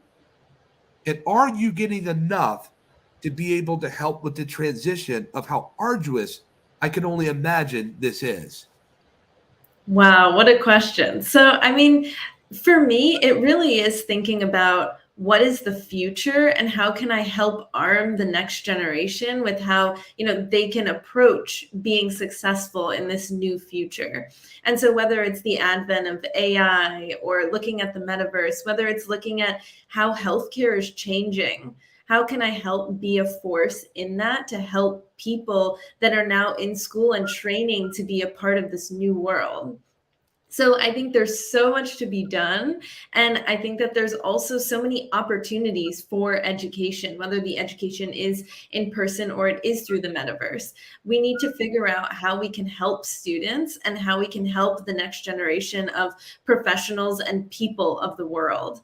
And so a lot of the strategies that I've used thus far really is outreach, whether it's outreach to universities or universities reaching out to me and talking about, maybe not approaching it with such a narrow-minded perspective. And I feel like that is something within the medical sphere that's too common, that there is a certain way that we've done things and maybe a certain way that things should be done, should with quotes, of course, but that there's so many other potential opportunities. So as someone who grew up around the use of herbs and Ayurveda, we use that just as often as we used over-the-counter prescriptions, and we use that just as often as we used prescriptions and homeopathy. So to me, I always saw healing, health, and wellness as this multifaceted thing that, you know, we can use all these potential options and think about at the end of the day what works best for the student, or what works best for the patient, what works best for the provider.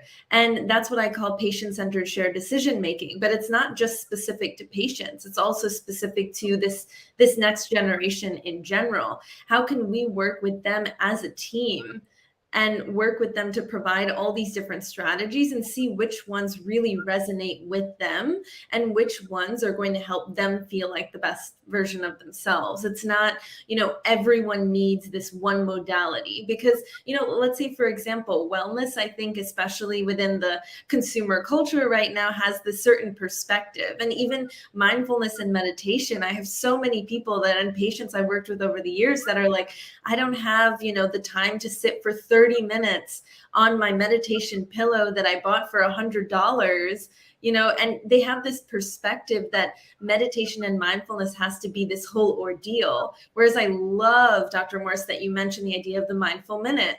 That's something I talk about, not in that exact terminology, but I call it the mindful moment. But I think that there's so many other ways, whether it's, you know, taking your dog on a walk, it's going to the grocery store, and just pausing for a moment has so much value without becoming like, or making it this huge thing and huge scenario and a huge thing that you need to pencil off on your calendar. It really can just be that moment, and how these little moments all add up to make such a huge difference. Very powerful. I sit here and think, I hope the working world and audience, all of you that are with us on GatherVerse.live, will take some of these moments to pass on a mindfulness minute, if you will, to your colleagues, because we work in a hybrid world now, don't we? Being that we've become more virtual in the past 32 months than we have the past 32 years, being that we have remote distributed workforces that are working from their living rooms, and product delivery teams that are working from their bedrooms, if you will, that takes us away from community. It interacts us, and it brings us to interaction of community in a new manifestation virtually, a digital thing that we're interacting with. And we've been interacting with it for a few years now. Who would have thought that we would be living the lives that we live right now? Dr. Janak, I have an itch, and I need you to help me scratch it, please. What do we say to those in transition, primarily our youth? I want to talk to the youth. Audience, can we talk to our youth for a moment, please?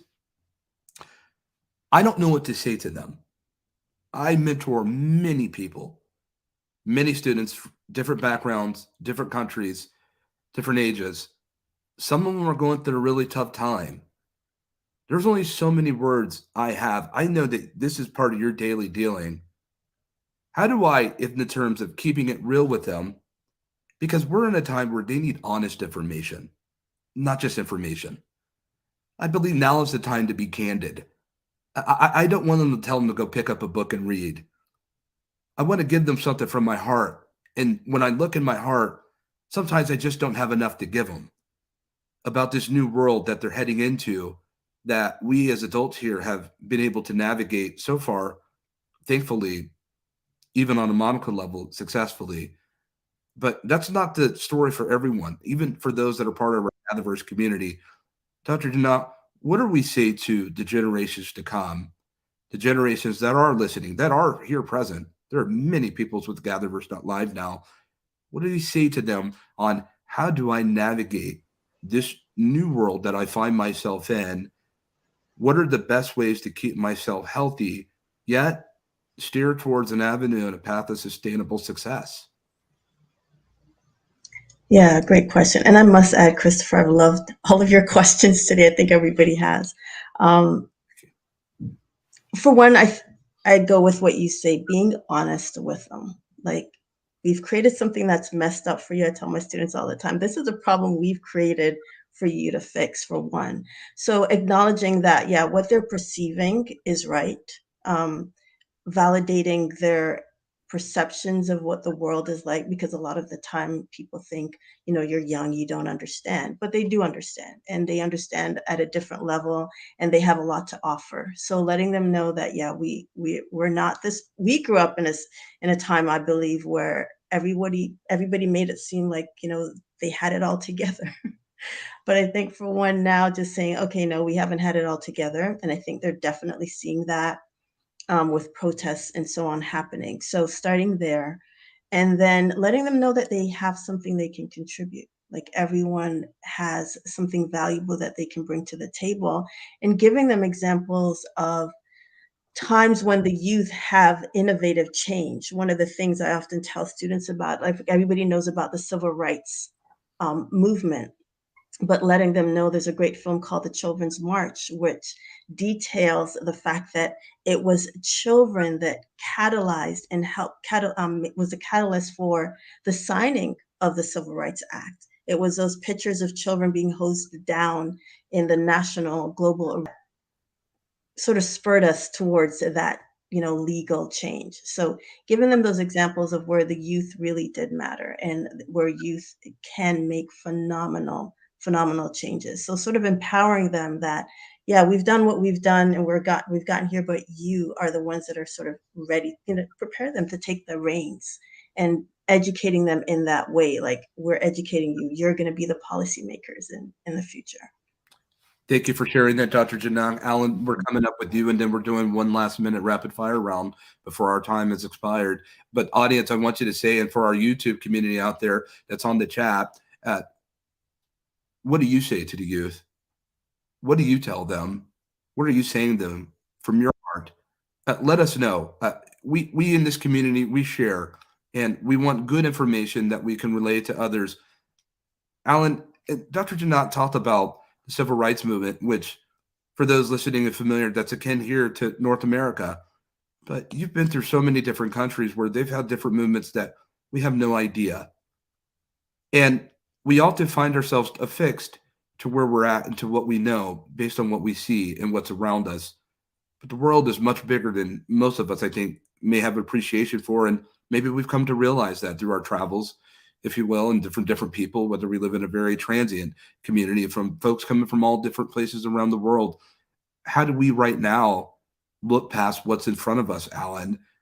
How do we take the next approach towards what we innovate today, not just for our communities, but for the world? How do we see further today?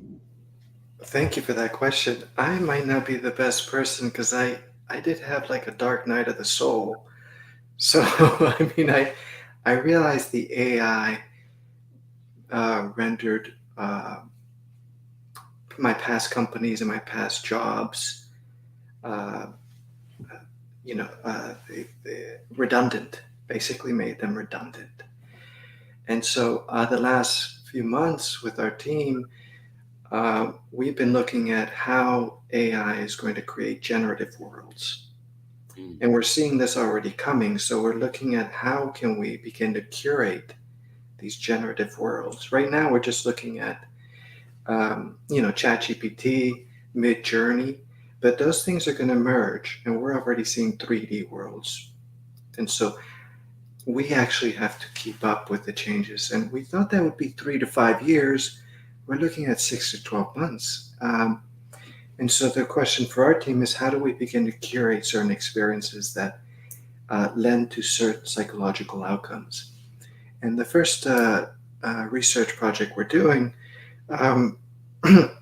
relates to a spiritual pathway to enlightenment that comes out of Kashmir, medieval Kashmir. It's called Kashmir Shaivism. So it's a monistic approach as opposed to a dualist approach that you find in Buddhism, Christianity, and Hinduism as well. And a monistic approach, because it can be translated in monistic approach, means that it's about making this world like heaven. And so that's where we look at a project of where we're going, generative worlds prompted, but curated by certain teams. And we look at it and we think of a spiritual pathway or pathway to greater good and wellness.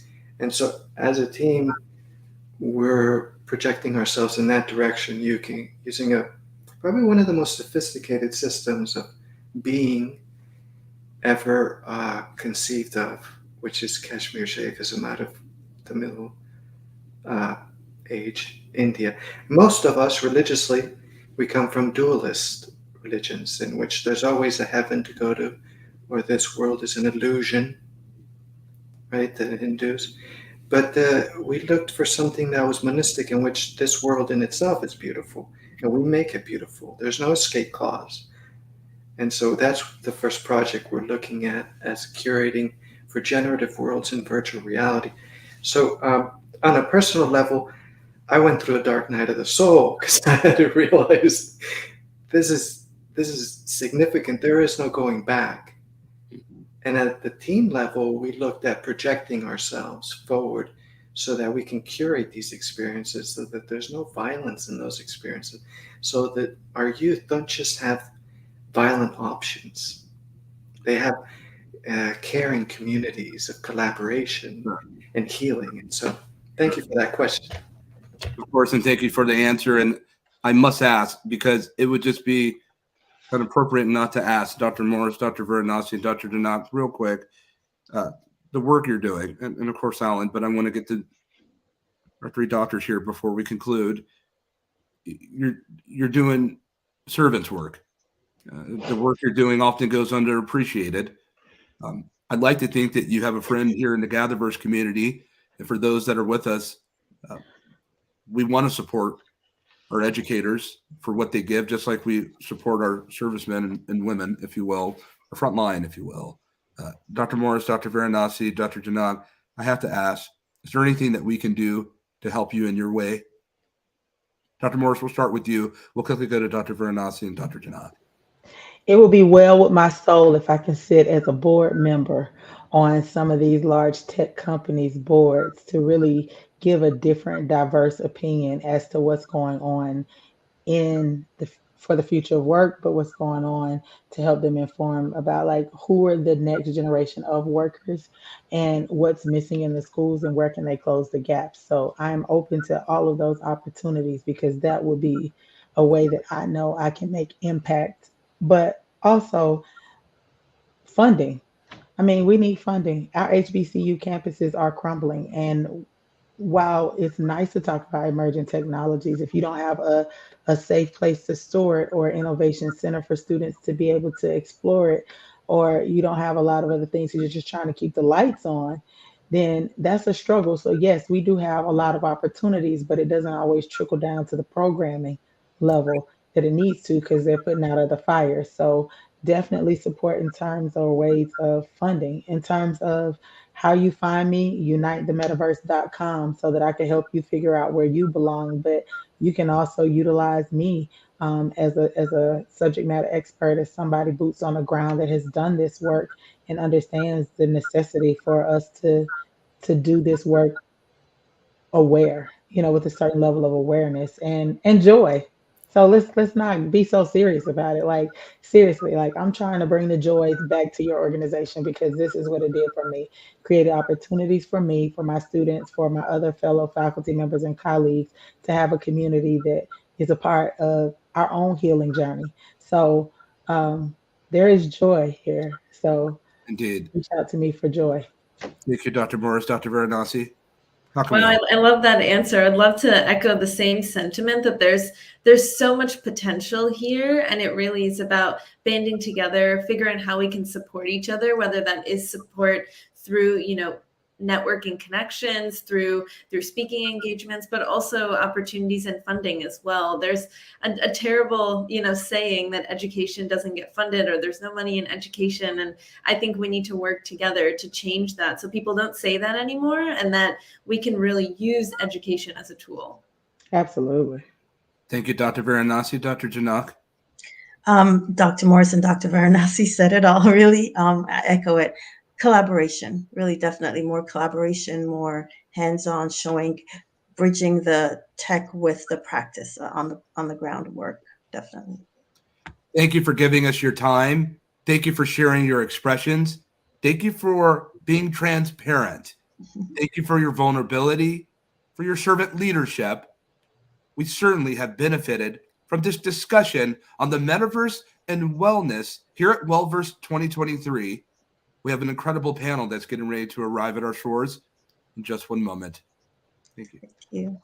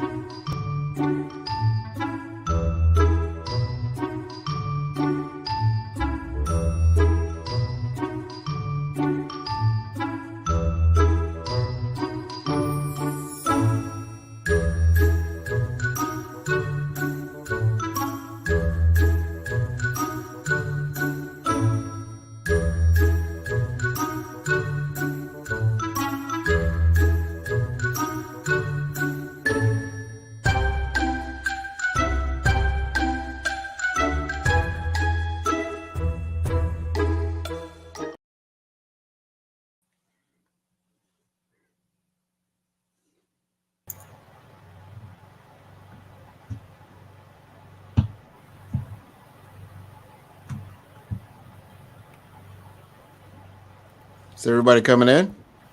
Yes. All right, all right, all right. I believe we are live right now, so this is wonderful. Welcome, everyone. Make sure that is good. All right. Hello, ladies and gentlemen, everyone out there in GatherVerse Nation, and welcome to our panel discussion on this remarkable day one of the GatherVerse Summit. So I'm Grant McGaw. I'm the host of the Follow Brand podcast and TV series, and I will moderate today's session. And it's an honor to be here among such visionary individuals who are truly shaping the future of wellness. So today we have gathered an exceptional group of women who are leading the charge in driving social impact and inclusivity within the realm of wellness. They are pioneers, trailblazers, and change makers, each bringing their unique perspectives and experiences to the table.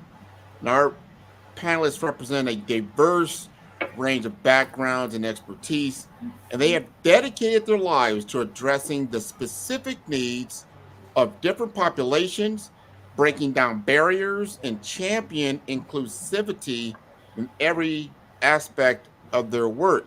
So, from community outreach programs to cutting edge research, they have been instrumental in creating a more equitable and accessible wellness landscape for all. So we will explore the challenges they have faced, the triumphs they have achieved, and the path forward in creating a wellness landscape that leaves no one behind. So let us embark on this enlightening conversation as we delve into the fascinating world of women shaping the future of wellness, driving social impact and inclusivity. So, welcome, welcome, welcome. We're going to go around the table. We're going to get some introductions done. I'd like each of you to state your name, your title, who you work for, but more importantly, what's the one thing that you want the audience to get out of your talk today? What do you want to achieve for today? So, we'll go around the room and the table. We're going to start with, is it Marquetta? Marquetta here? I don't think so. She's not there. Oh, no. I see Tamika is kind of circling here. Yeah. Right? Who wants to go first? So I can go first, if you don't mind, of course. I do not mind. Go right ahead. Yes, my name is Gorette. I'm working here in Portugal, but I travel a lot to Africa and to the other countries of Lusophonia, Portuguese countries that speaks on Portuguese, of course. And I'm actually leading with video games and the inclusivity and the diversity that this area brings to all the community or the tech community. So what I am doing, I am Chief Communication Officer of a big company on technology, but my passion is working with young people, new groups, and bring them to the ecosystem, helping them to achieve new companies and develop their own business on these areas. So I'm embracing to the Each Social Hub. That is a group that starts here in Portugal with a Black Brazilian woman that is a big leader on equity, diversity, and inclusivity. I'm helping her to bring new policies here in Portugal to receive international and foreign women and Black women to high qualified roles on the ecosystem of video games and tech too. Okay. Because I was this week, sorry for the long statement, but this week I was at an event that was organized by Each Social Hub. And I listened, a very qualified engineer, ambiental engineer, that when start to finding a job, she's a black woman, but she has 20 on their final course degree. But Okay. when she sent her own CV to the a big company, the first send with the photo, with the black photo, she wasn't. Nobody answered to this application. After that, she sent the same CV to the high quality firm that is a very known because it's a multinational, and she took off their photo, and she was called to the interview, and she spoke on the phone, and they said to me, so you speak so well, so come on and coming to the interview. And she went, and when she went to the class, to the room, and somebody looked at her and said, oh, sorry, that was a mistake. I can handle it with that.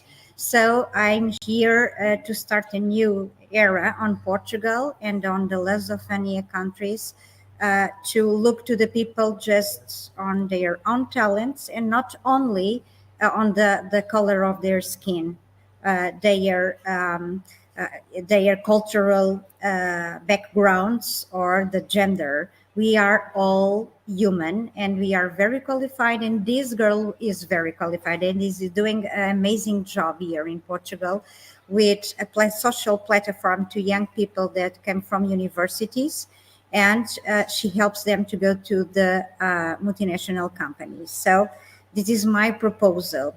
Equity and diversity is our problem too, not for only for women, but for men too. I think we have a major role working on that. This is my major goal on this round table, because I think we are more, we are being supported here, women, because they talk a lot on the huge companies that they want to receive us and giving us some leadership roles.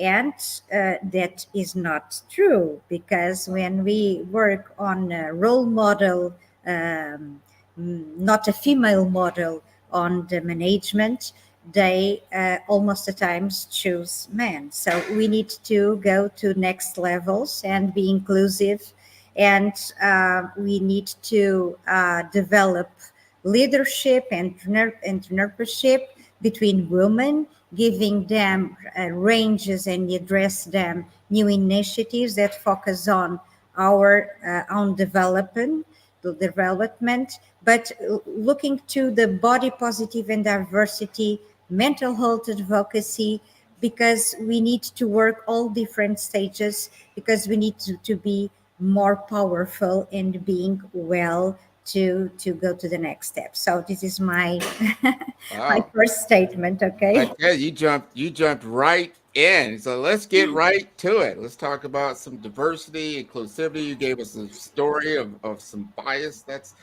is in the community. And so let's keep going around the table and get to, we're going to go right below you. So Cynthia, you like to introduce yourself?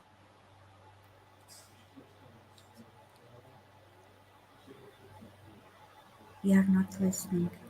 Oh, we can't hear it. Are you off of Yes. mute? Yep.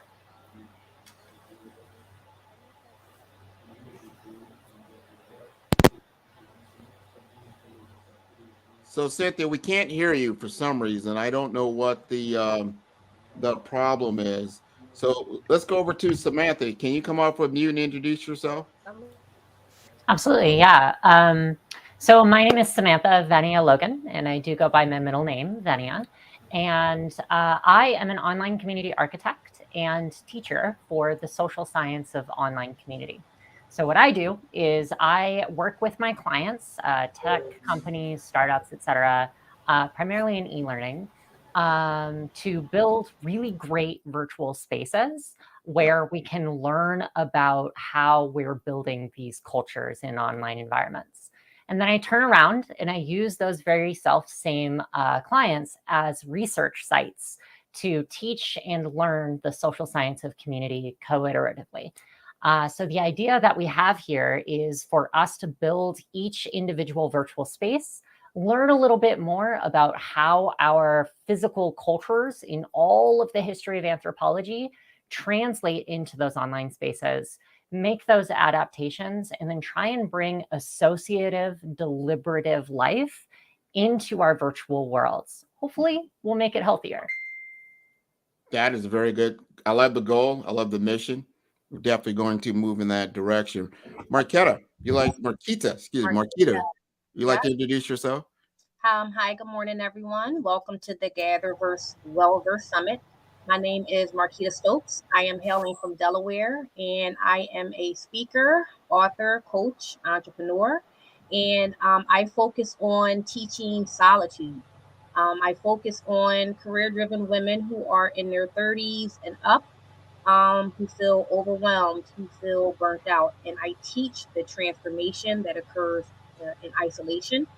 Um, and then I debunk things like it can't happen in pairs, it can only happen one at a time, and how to reset, recharge, and renew yourself in solitude. Just practical tools and things for that. So I'm really big on solitude and restoring ourselves and complete transformation. So I'm excited about being here and talking about women wellness. My spa that I own is called the Aesthetic Suite, and here we focus on women wellness. So this is actually hitting home for me. So I'm excited. Excellent. Excellent. Well, we're feel at home here. Let's have an open discussion and really get to the heart of it and bring some things out for and represent all women in our culture when it comes to the tech space and the wellness space and what we can do moving forward. So Maria, would you like to come up of mute and introduce yourself? Hello, everyone. Thanks for having me here. I'm Maria Almena. I'm an artist, creative director, curator, and entrepreneur. I'm based in London, where I co-founded two organizations, Kimatica Studio, which is where I explore my art practice, and we create transformative experiences that combine interactive technology, live performance, and the human body. And I'm currently doing, I've been on an ongoing research on a project that I call Transcendence, that is exploring the therapeutic impact of altered state of consciousness. And all of these I'm exploring within the hybrid space. So I've started with like just kind of live events, live experiences. And now in the last few years, we developed like software tools, mainly body tracking technology tools, as I believe any kind of, any like virtual space, any hybrid space, it has to be truly linked to the body if we want for these technologies to have a good therapeutic impact and a societal impact too. So that's, we are pioneers on this technology, and we develop our own software on augmented reality mainly now. I'm also a curator and co-founder of an organization called Art in Flux that is particularly focused on supporting underrepresented media artists such as LGBTQ+, neurodiverse mainly. And we've curated several exhibitions and mainly just with finished a project with the National Gallery, which it was about bringing some of the work of these underrepresented artists to Leicester Square, to occupying the square, just there like in a virtual way, and also just something that I'm quite proud that we achieved is like through that project we got for all these underrepresented media artists to be on the collection of the oldest digital art collection in the UK, which it belongs to Computers Art Society, bringing also legacy, because I think the change it needs to be, it starts with like bringing those people on the forefront. Actually continue with the last panel that I was just listening to. It's about like making sure that different underrepresented voices, they get to those places of like where decision makers are happening. In my world is wellness, but within the art context. So that's where I'm at. And really my vision is to create the immersive therapeutic art experience of the future. So I'm really kind of creating a lab, a community with particularly I'm particularly interested in how artists, scientists, and technology fuse, and on the cross border of this. But I do believe artists is the best catalyst, to hold this and to really get people even to be interested about wellness, because a lot of people still resist about it. I think there is a lot of resistance, and I think arts can be a good catalyst, to encompass all these more heavier concept that actually healing is, right? Because it's not a light concept. So yeah, maybe I'll leave it there, I think. No, we got a lot of passion in the room. There's a lot that we can discuss. We've got, a short period of time, but we want to make good use of it because we want to hear everyone's values. Cynthia, can you now speak to us? Can you come off of mute? Oh, we still can't hear you. It's really low. Is it coming in low? Right now? It's very low. Yeah, it's low. That's right. Can you change your mic? Mm-hmm. Is it possible to speak directly through the computer instead of through your device? Oh, can you hear me now? Yes, it's coming in a little better. Yes. Still low, but yeah. Yeah. Oh, it's still low? No, it's coming in okay now. Okay. My name is Cynthia. I'm from Kenya. I do children-centered wellness. I champion for children and including them in such conversations. I ensure that mental health is a whole scope of, yes, we are children and we want to be heard, and children also deserve to be in spaces where they are well represented. Yes, I'm not a child, but I'd like them to even be here, have a speaker who is here and is a child, and also embracing mental health from a younger age rather than waiting for us to be older and we're talking about mental health when you're older. So I started May 40, which is May is Mental Health Awareness Month. Happy Mental Health Awareness Month, everyone. May is Mental Health Awareness Month, and then 40, in every 40 seconds, someone dies by suicide. So I started May 40, which ensures that children are advocating for mental health and everyone is still speaking on the conversation, and we're trying to change it from a stigma point of view to a normal conversation. And largely, I am doing this year's project, which is called Toto Series, which is for children. Toto means a child, and series is the number of series of projects I'll be doing. Looking forward to this conversation, and thank you for having me. Oh, see, you sound great. This is wonderful. We've got to level set a couple of things. This is what I find disturbing when we look at the intersection between technology, women, and healthcare wellness, is that when you add it all up, women outnumber men. I mean, we have the numbers. So if we have the population, why don't we have the representation? Then we start getting into diversity and things like that. But when you add up everyone's diversity, if they're all on the same page, you outnumber what you would call the majority minority. However, the majority comes into ownership. Majority of basically white males own, most of the world as we know it. So because that becomes the culture, that becomes the dominant culture and the dominant mindset that we all are dwelling in and have to adapt to, but yet it doesn't fully represent ourselves. So then you get into, good cultural fit. Like you brought up a great point, Goretta's, that wow, this person had the same qualifications. Yes. Had everything that you would need to fit the requirement to do the job, but when they saw the person physically, it didn't fit their what they were looking for visibly. Even though on the books, and I've always brought this up in a lot of discussion, which upsets me really, is that in 1960s in the United States, they came out with civil rights to say, hey, you can't discriminate against people based on their race, their ethnicity, their sex, none of this stuff, sexual orientation. You're not illegal to do that. Yet here we are 60 years later. Yes. Talking about this. This is, Yes, to me, a little upsetting. I want anyone to jump in and just let's have an open discussion about this, because if we're going to create the next layer of experience through technology, or we're going to carry forth these biases, or we're going to really get intentional about changing this dynamic. What would you like to say about that? Anyone? I have so much to say about this. Yes. Let's go. All right. The thing about this is I'm going to introduce those who know me, well aware that I'm going to do this. I'm going to introduce two anthropological concepts to you. The first one is called the socio-ecological model, made by Yuri Bronfenbrenner way back 1980s. He was a sociologist.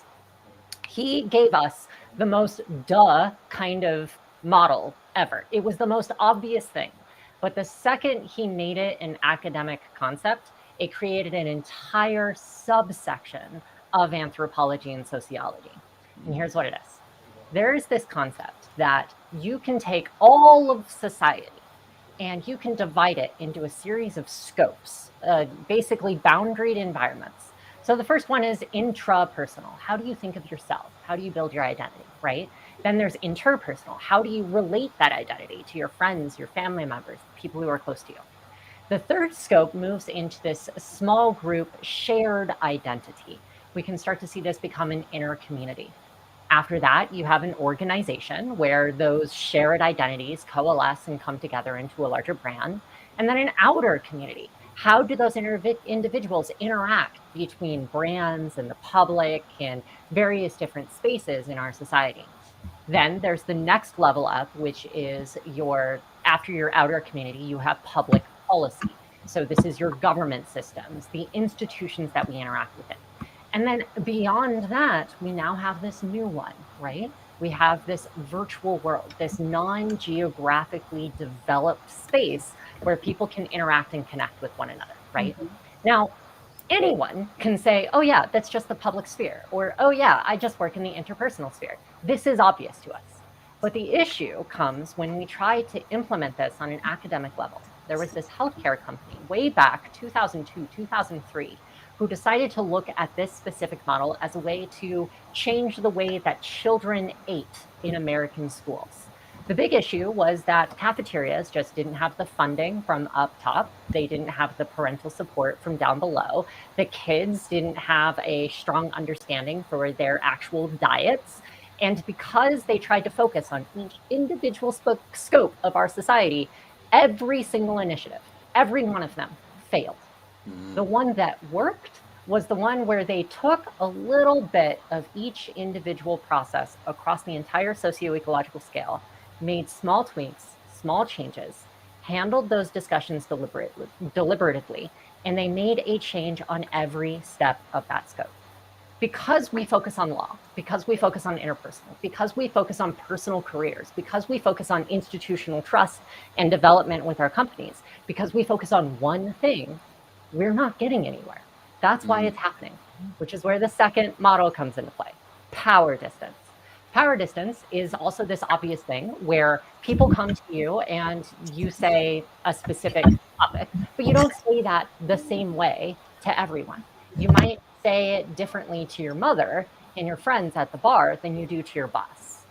When we are locked into our individual scopes in the socio-ecological model, that power distance causes us to mitigate. And it's not because people are taking our voices away. It happens naturally. It is a base element or understanding of the way that we've stratified our world. And unfortunately, the people who recognize that, the people who recognize the way that this power functions, are not the people who are being mitigated. Disconnect.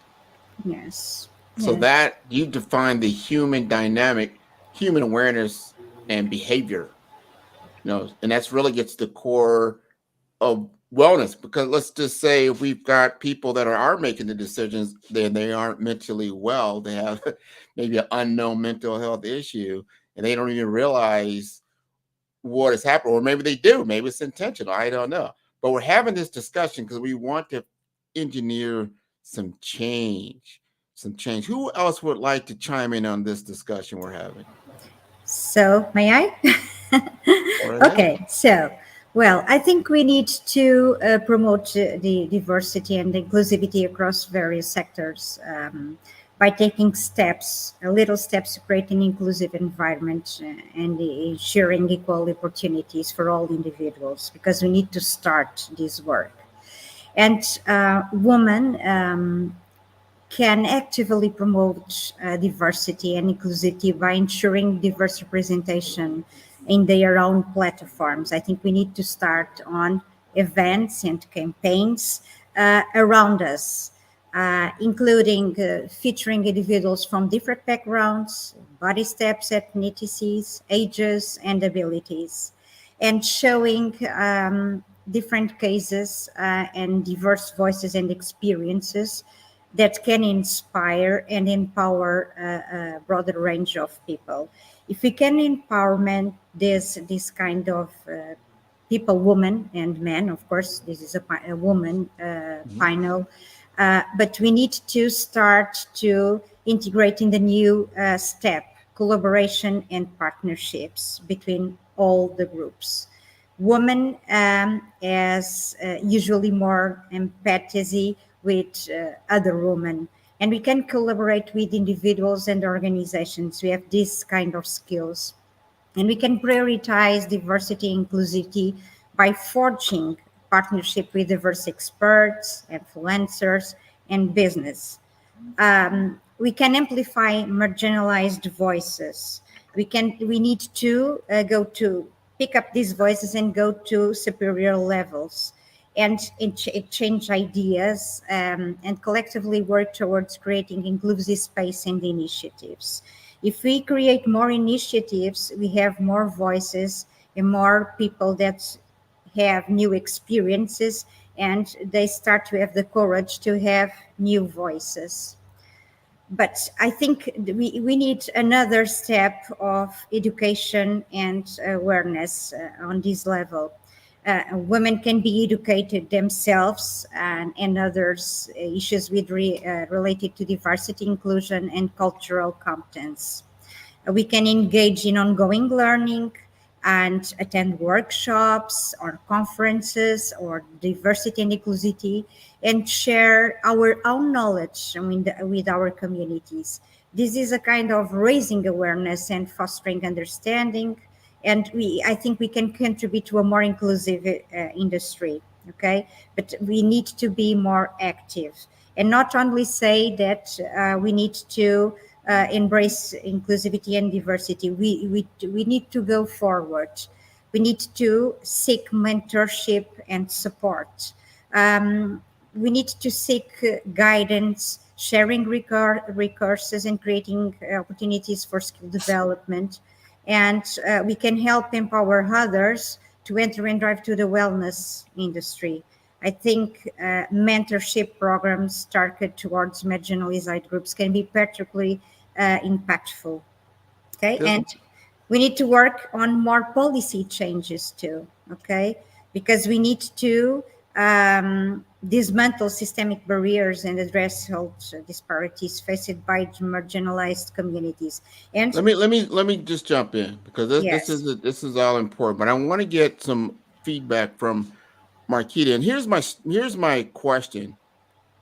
As a Black female living in America, in your experience, and you just like heard Goretta's story about earlier, just realizing when you get to the realization of why you don't get, or are, a group of people don't get the job opportunity, don't get the business opportunity, don't get, certain things that are afforded other sectors of the community just based on appearance, not ability. How does that make you feel? Well, let me chime in on this and just speak directly from my personal experience. One, it's not a good feeling. At one point in my life, I was determined to really change the narrative for that. So for me, I am a young mother. I have 7 kids, 2 grandkids. Generally, when I tell individuals that, I'm automatically put in a specific category as far as what my limitations would be based off of what their beliefs are. Nothing for me. I was also a young achiever. So in my 20s, having a master's degree, I had long nails, I had tattoos, and I had purple highlights. but I graduated top of my class. I studied in Turkey, London, and Rome. And there wasn't a business or a corporation that I felt I couldn't work at. But I never made it to corporate America because when they saw me, all they saw was my tattoos. They saw my purple streaks. They saw my nails. They saw I had maybe a couple piercings. And so I never made it.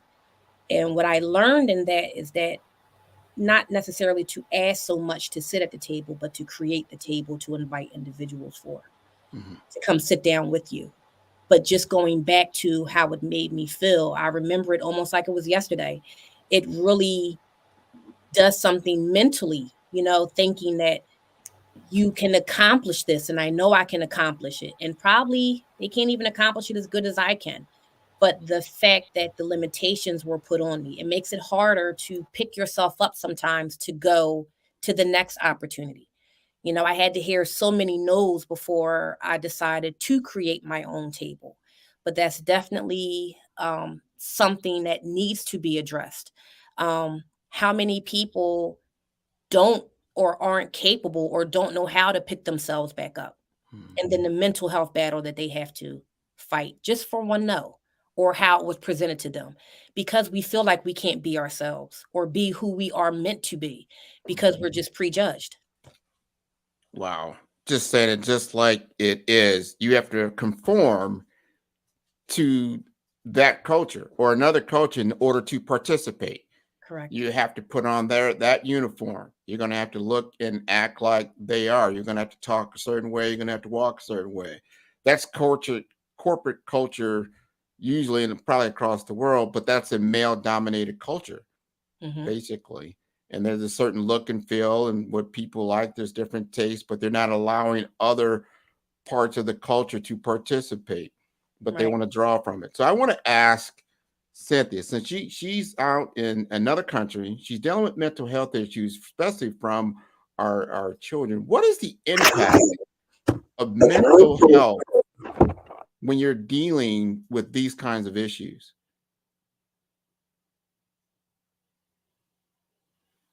I think you're on mute. Can you come off mute? Okay. No. Can you hear me? Yes.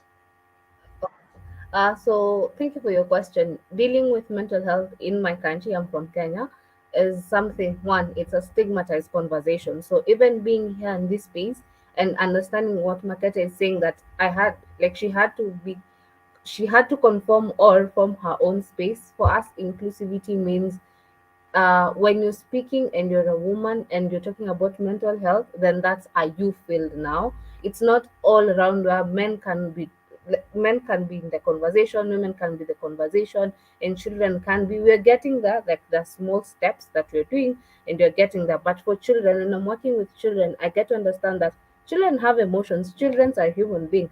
So when we say they're outside the mental health conversation, or we will get there, like you're not still yet there, we are trying to guide how they're supposed to be feeling. We're telling them when you get to 18, you can't see a therapist. Here, you're able to see it, but it's not accessible or affordable in my country. It's yet to be. It's something that if you want to, you can access it, but it's not as accessible because of either money or either the taboo topic of if you're seeing a therapist, then there must be something that's wrong with you. So when you're doing advocacy, some of the challenges that are there are, why are you bringing a child into a conversation? Why are you talking about mental health around a child and maybe they're not able to express themselves? So even when I'm talking to a child, they want to express, but they are like they have a guideline to how much they can be expressive, how much they can share, and in what way. So it's really guided. When Maketa said she had to move aside and form her own space because people wouldn't allow her in the system. If there was a system, people wouldn't allow her in the system because she didn't look like the system. Then that's why I created May 40 for children, for them to have those conversations, for them to get someone who is holding their hand during these conversations. When Goreta said we needed mentors, I didn't have a mentor starting advocacy. I started sharing my own story and people saw it. And then they told me, oh, whatever you're doing is called advocacy. And then I said, I like whatever I'm doing, but for adults. And then I realized no one is really speaking up for children. And if they're speaking up for children, are these children, is it for them because it's not by them? If you're adding a conversation and it's not by that person you're talking about, then it's not really for them. So I try share stories of children and ensure that children are the ones that speak directly, so that if you're implementing something for a child, then have a child in that conversation. Ensure that child, whatever things they say are implemented, and you don't leave them out of the implementation process. You hold their hand till the end of the implementation and ask them, how do you feel about it? How can we work towards it? And is it for you? And if it's not working, where can we change, or where can we support it? Thank you. Wow. Cynthia, you gave me a lot to think about. I'm going to ask Maria this question because as a creator and an artist and a technologist, and you're engaging humanity, and you understand that humanity has a wellness gap, has a mental health gap, that it's a wounded society in a lot of different ways. So as you create a new world, as you create, like, we're going to create a new virtual world in a certain way.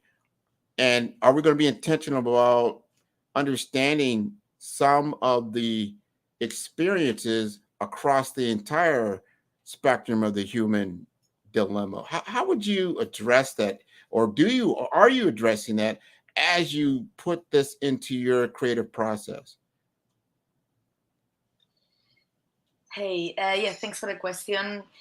Absolutely. I mean, I think like artists, when you're a creator, you're an artist, and you have like, yeah, you have a humanistic approach, to creating, and the human is really the center of where everything I create, and that's why actually I center all around the body, because I think I'm actually creating this project because as an activist gesture of like, that's what actually our society needs. And I think I've been reflecting a lot about how we live in a in a society that's really over connected to the mind, because of all our history with it really, like, the conscious mind is what has been leading all the progress, what has been leading our human evolution.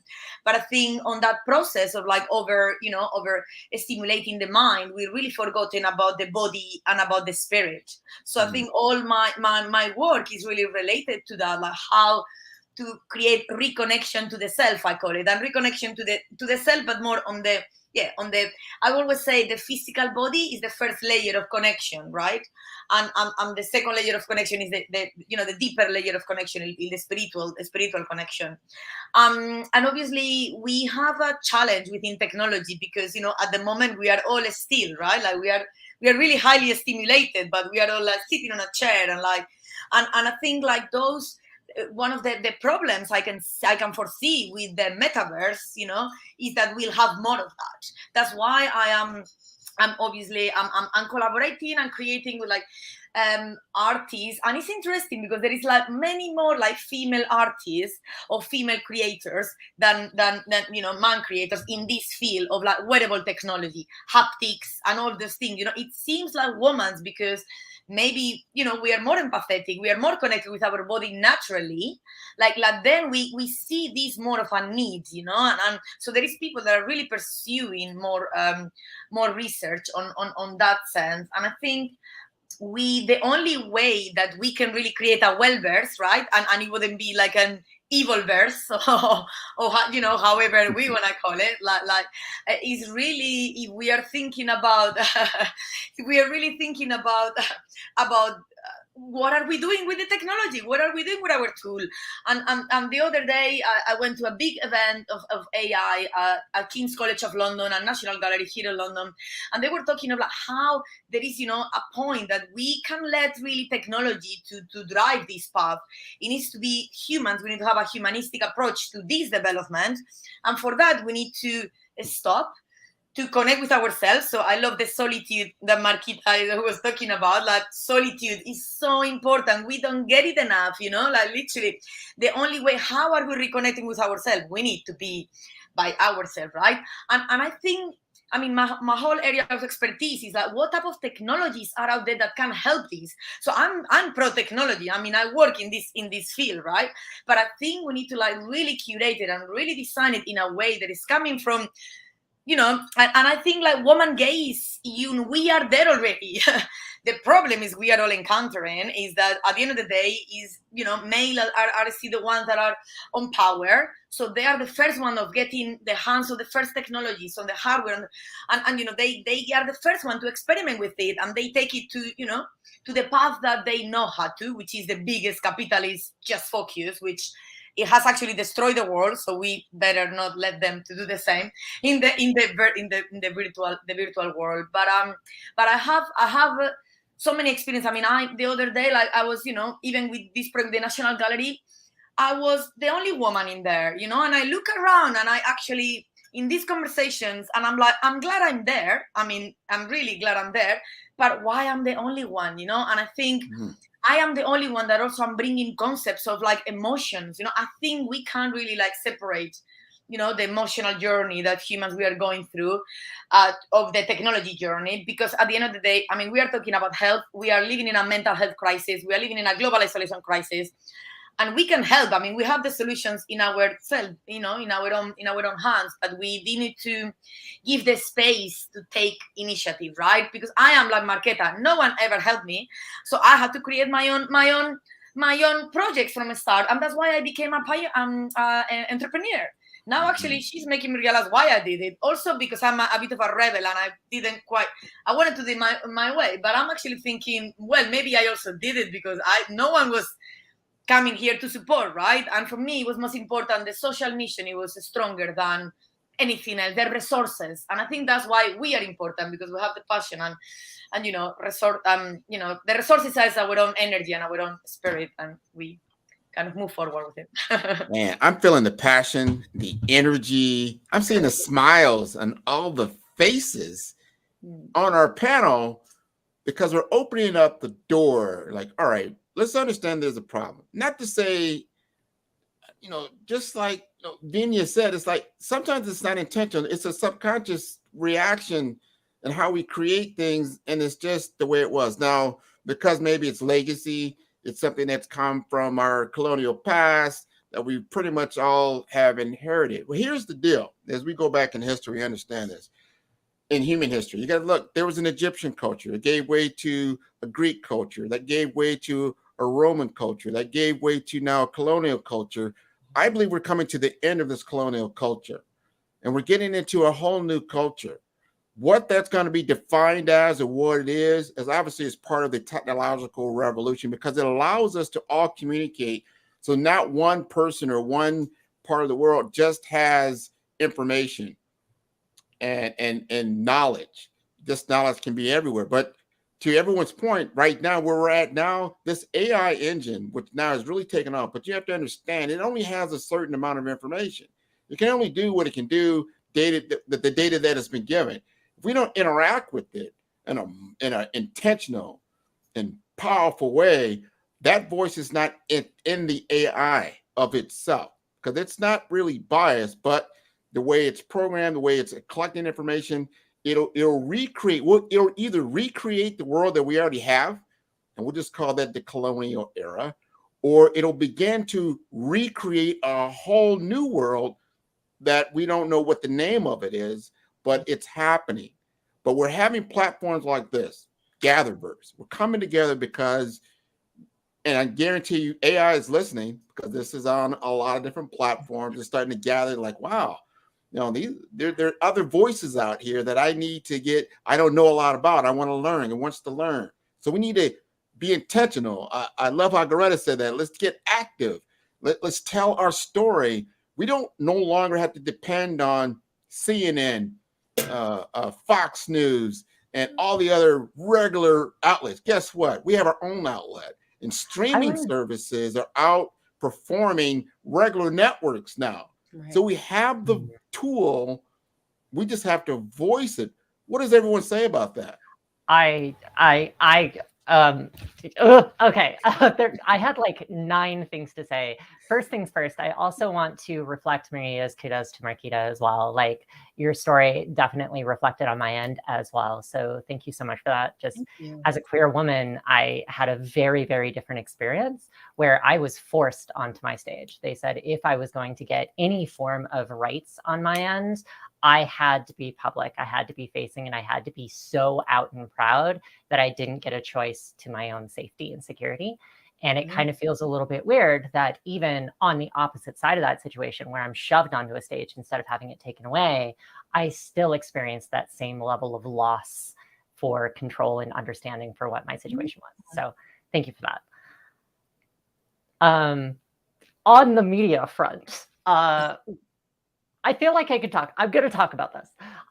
There's a project that's being done with the Center for Public Deliberation, part of Colorado State University. It's super, super exciting. And I was very, very happy and proud to spend a lot of my academic years in the Center for Public Deliberation, helping people come together deliberatively and associatively to solve tough local problems. Well, what's the biggest problem that we have? Edelman's Trust Barometer of 2023 just came out a few months ago, and its biggest thing is that we live in an age of distrust that is fueling hyper-localization. And that hyper-localization is occurring because we have had a systemic historical breakdown of the institutional trust that we placed in our information. Yeah. So here's a very, very brief story. Back when radio came out, everyone was actively engaged in their own information diets. You went to a specific area, a supermarket, where you received information, and then you responded to that information and you decided what you didn't want to listen to, what you did want to engage with, and how you wanted to engage with it. Very much like a grocery store, right? What produce is available? Now, what are you choosing to consume? And then over time, radio said, hey, we have limited channels. This is the information we think you should consume. And people are like, okay, cool, great. Now we have the Uber Eats of our information diet. And then television happened and TV went, you have all of the options, but stay here on Fox, stay here on CNN. And because of that, we now have this information diet coming through. The institution was telling us. So everyone stopped worrying about what they were going to buy at the grocery store of information. They just didn't stretch or exercise that dietary muscle at all. So what happened was when we went into the internet and all of that blew apart and everyone's voices were all equally important. As soon as that happened, CNN became less important, Fox became less important, traditional media became less important. And their response was to be more polarized, be more vocal so that you could stay and listen to Fox and listen to everything. But the problem was when we went onto social media, all of the tech centers said, well, we have this algorithm now that's going to give you all of the information that you need, and you don't have to worry about it. You don't have to go to these traditional media outlets. So now we have people in the modern day that haven't exercised their information diet muscles, so they're not eating healthfully, and also an institutional trust system that has completely broken down the entire purpose and demographic of journalism in our culture. And then on the third side, you have a bunch of people saying, yeah, we can solve this technologically. Our tech departments can absolutely solve these issues. But then those people in the tech companies are like, yeah, but free speech and all that, like, we don't want to control that in any way, shape, or form. We created the problem. We don't want to fix it. That's horrifying. What do we do? Man, this is so clear where we're at. But it's like that. I look at what you just said. It's like this. When you sit down at that radio station, like I have a weekly podcast that I put out there, the TV show, I can choose the information that I put out there. Now, am I going to exercise a muscle to get something that's impactful, that has a cause, that has something that's meaningful? That's my choice. So we have choices. I want to leave us with this. We've got a few minutes, and I want everybody to chime in just with 1 minute. Everybody gets 1 minute. Tell us, as you're talking to our audience right now, what is the one thing that you want to make sure that they understand from this discussion that you yourself are going to take action with? I'm going to start with Marquita. Okay, great. So I want to leave everybody with the fuel tools that I think probably any influential person will tell you that you need to start today, just on the change that you want to make. You need to start today with that. When we're talking about shaping the future of wellness, I just want to put out there that a lot of more safe spaces need to be created. A lot of more mental health initiatives need to be created. I really want us as a culture altogether to stop multitasking. I think that probably that's one of the worst advice I had in life. But I didn't realize that until later. I work for the police department, and every job that I've had said you had to multitask. So I get with the police department and I master multitasking. So I'm leveling up and I'm like, well, if I can do this at work, maybe I can do it at home. So I'm multitasking at work and at home. And 10 years later, I can't recognize who I am, right? Anxiety, depression, trauma, PTSD, you name it, because I'm trying to absorb everything. So that's why I'm so passionate about solitude and the importance of it. And I like Vienna and Maria both stating that even with technology, especially you, Maria, it does need to be human led. I think a lot of us are relying or focusing too much on technology. And I know for me, I'm the person that really doesn't like when I call and I got to say customer service 10 times because they can't hear us. Sometimes we need that human emotion. So that's it. No, very, very good. We're going to go right to your, I guess on your side, maybe it's your left. Cynthia, would you like to give us a minute of what you would like us to do? One, start with children. Please allow children to be in these spaces. Please help children innovate, create, or join these spaces, and let them lend their voice even when their voice shakes. I'm glad to see Makata here and Maria. These are examples of people who I didn't get a chance, so I created my own. We don't really have to have those stories. We can have them, yes, but it will be nice when a child has a mentor, has someone to lead them. So please allow children to be on these spaces to create their voice and their impact. You can hold their hand, yes. And also towards technology and advocacy is not everything you see online, take it with a pinch of salt.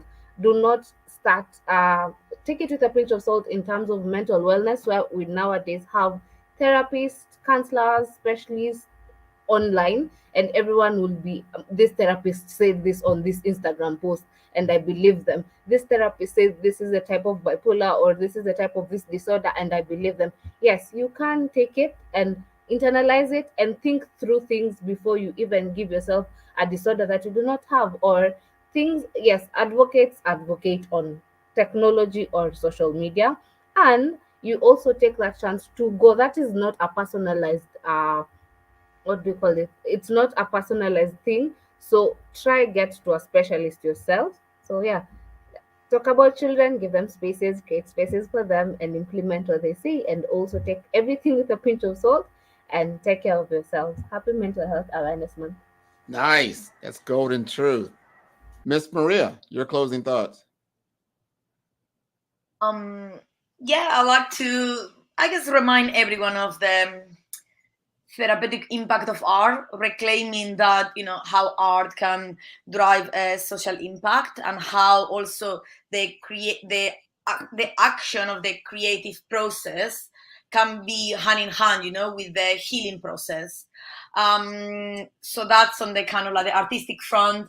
On the technology front, really to have like more diversity, like the more we have like different type of like designers, artists involved, and it's good for our society, and really for once to leave behind the capitalist models, and really focus on the humanistic models, because that's really the only way we can thrive as a society.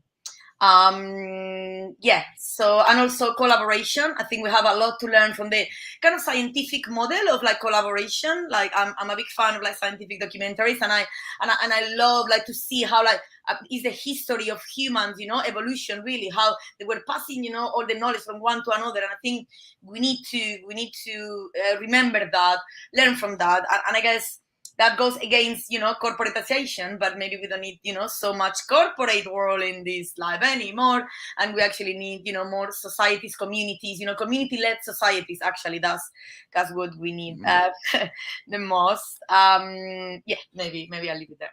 No, that's great. That's great. Vinya, go. Oh, that's me now? Yeah. Yes. So I believe everybody has a voice, and I think we need to listen more carefully all the needs that the people that work with us, that surround us, with different skills, different tendencies, different genders. I think it's important to me every day to give some guidance and support to new ones that are coming and independent of everything. Okay. I think when people has a good talent, we need to support them and start a new world. Because I think if you have a good voice, we need to take care of the words, because we have good words and damaged words. And when we see people that is embracing a new era, and if we can help them to develop this new era, because I think technology is a way, can be a way of producing good things.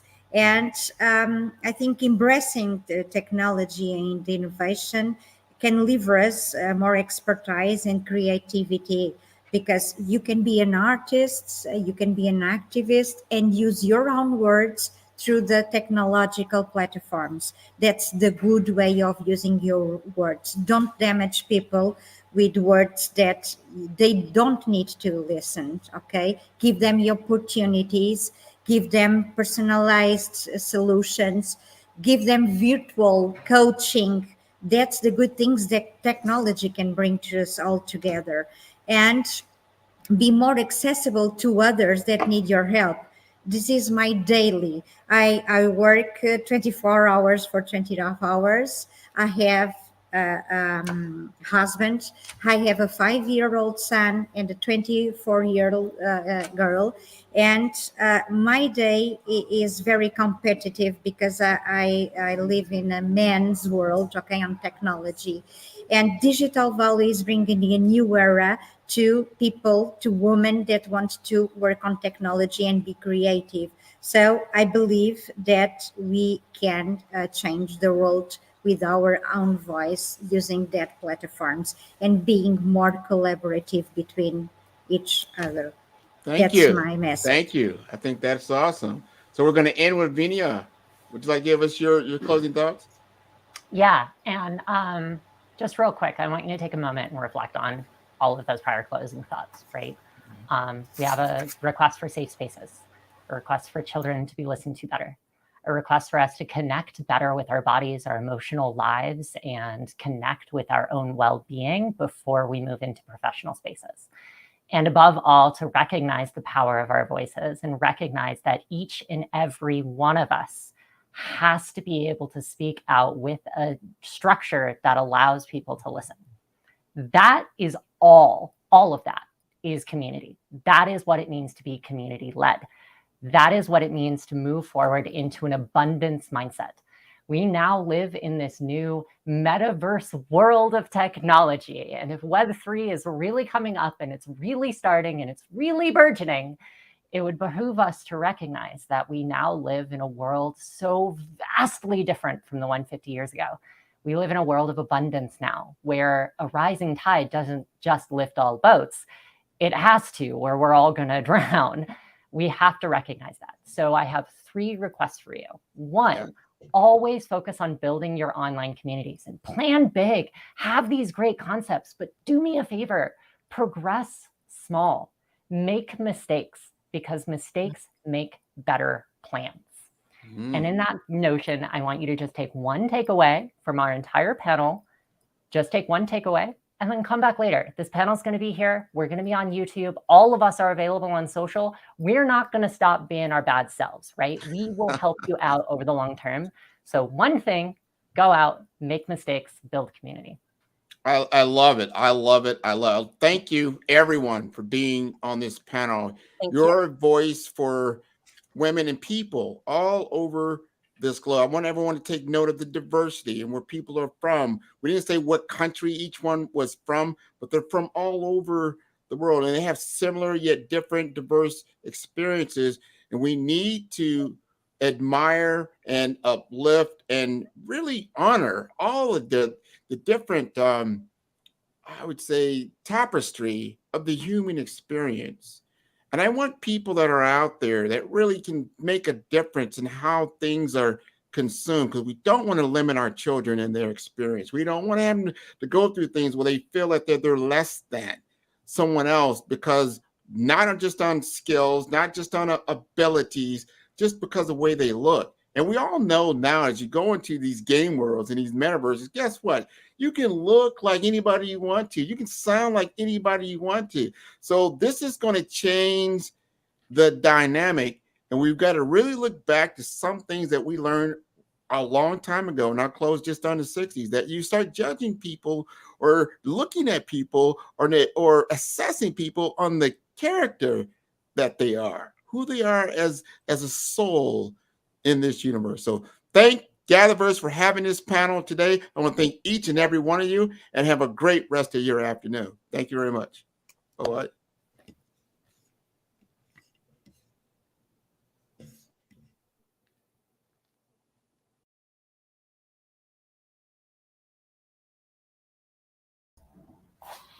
You heard it here. That's WellVerse, GatherVerse Summit, day 1. We'll see you tomorrow. Tell somebody what you just heard today. It can't stay here. It can't stay here. I see you. GatherVerse.live. We see you. YouTube, LinkedIn, Facebook, Twitter. We see you. See us. Help us hold this down. It's okay to not be okay. It's okay to say you need help. Either we do this together or not at all. We'll see you tomorrow, everyone. May our gather be well. Peace.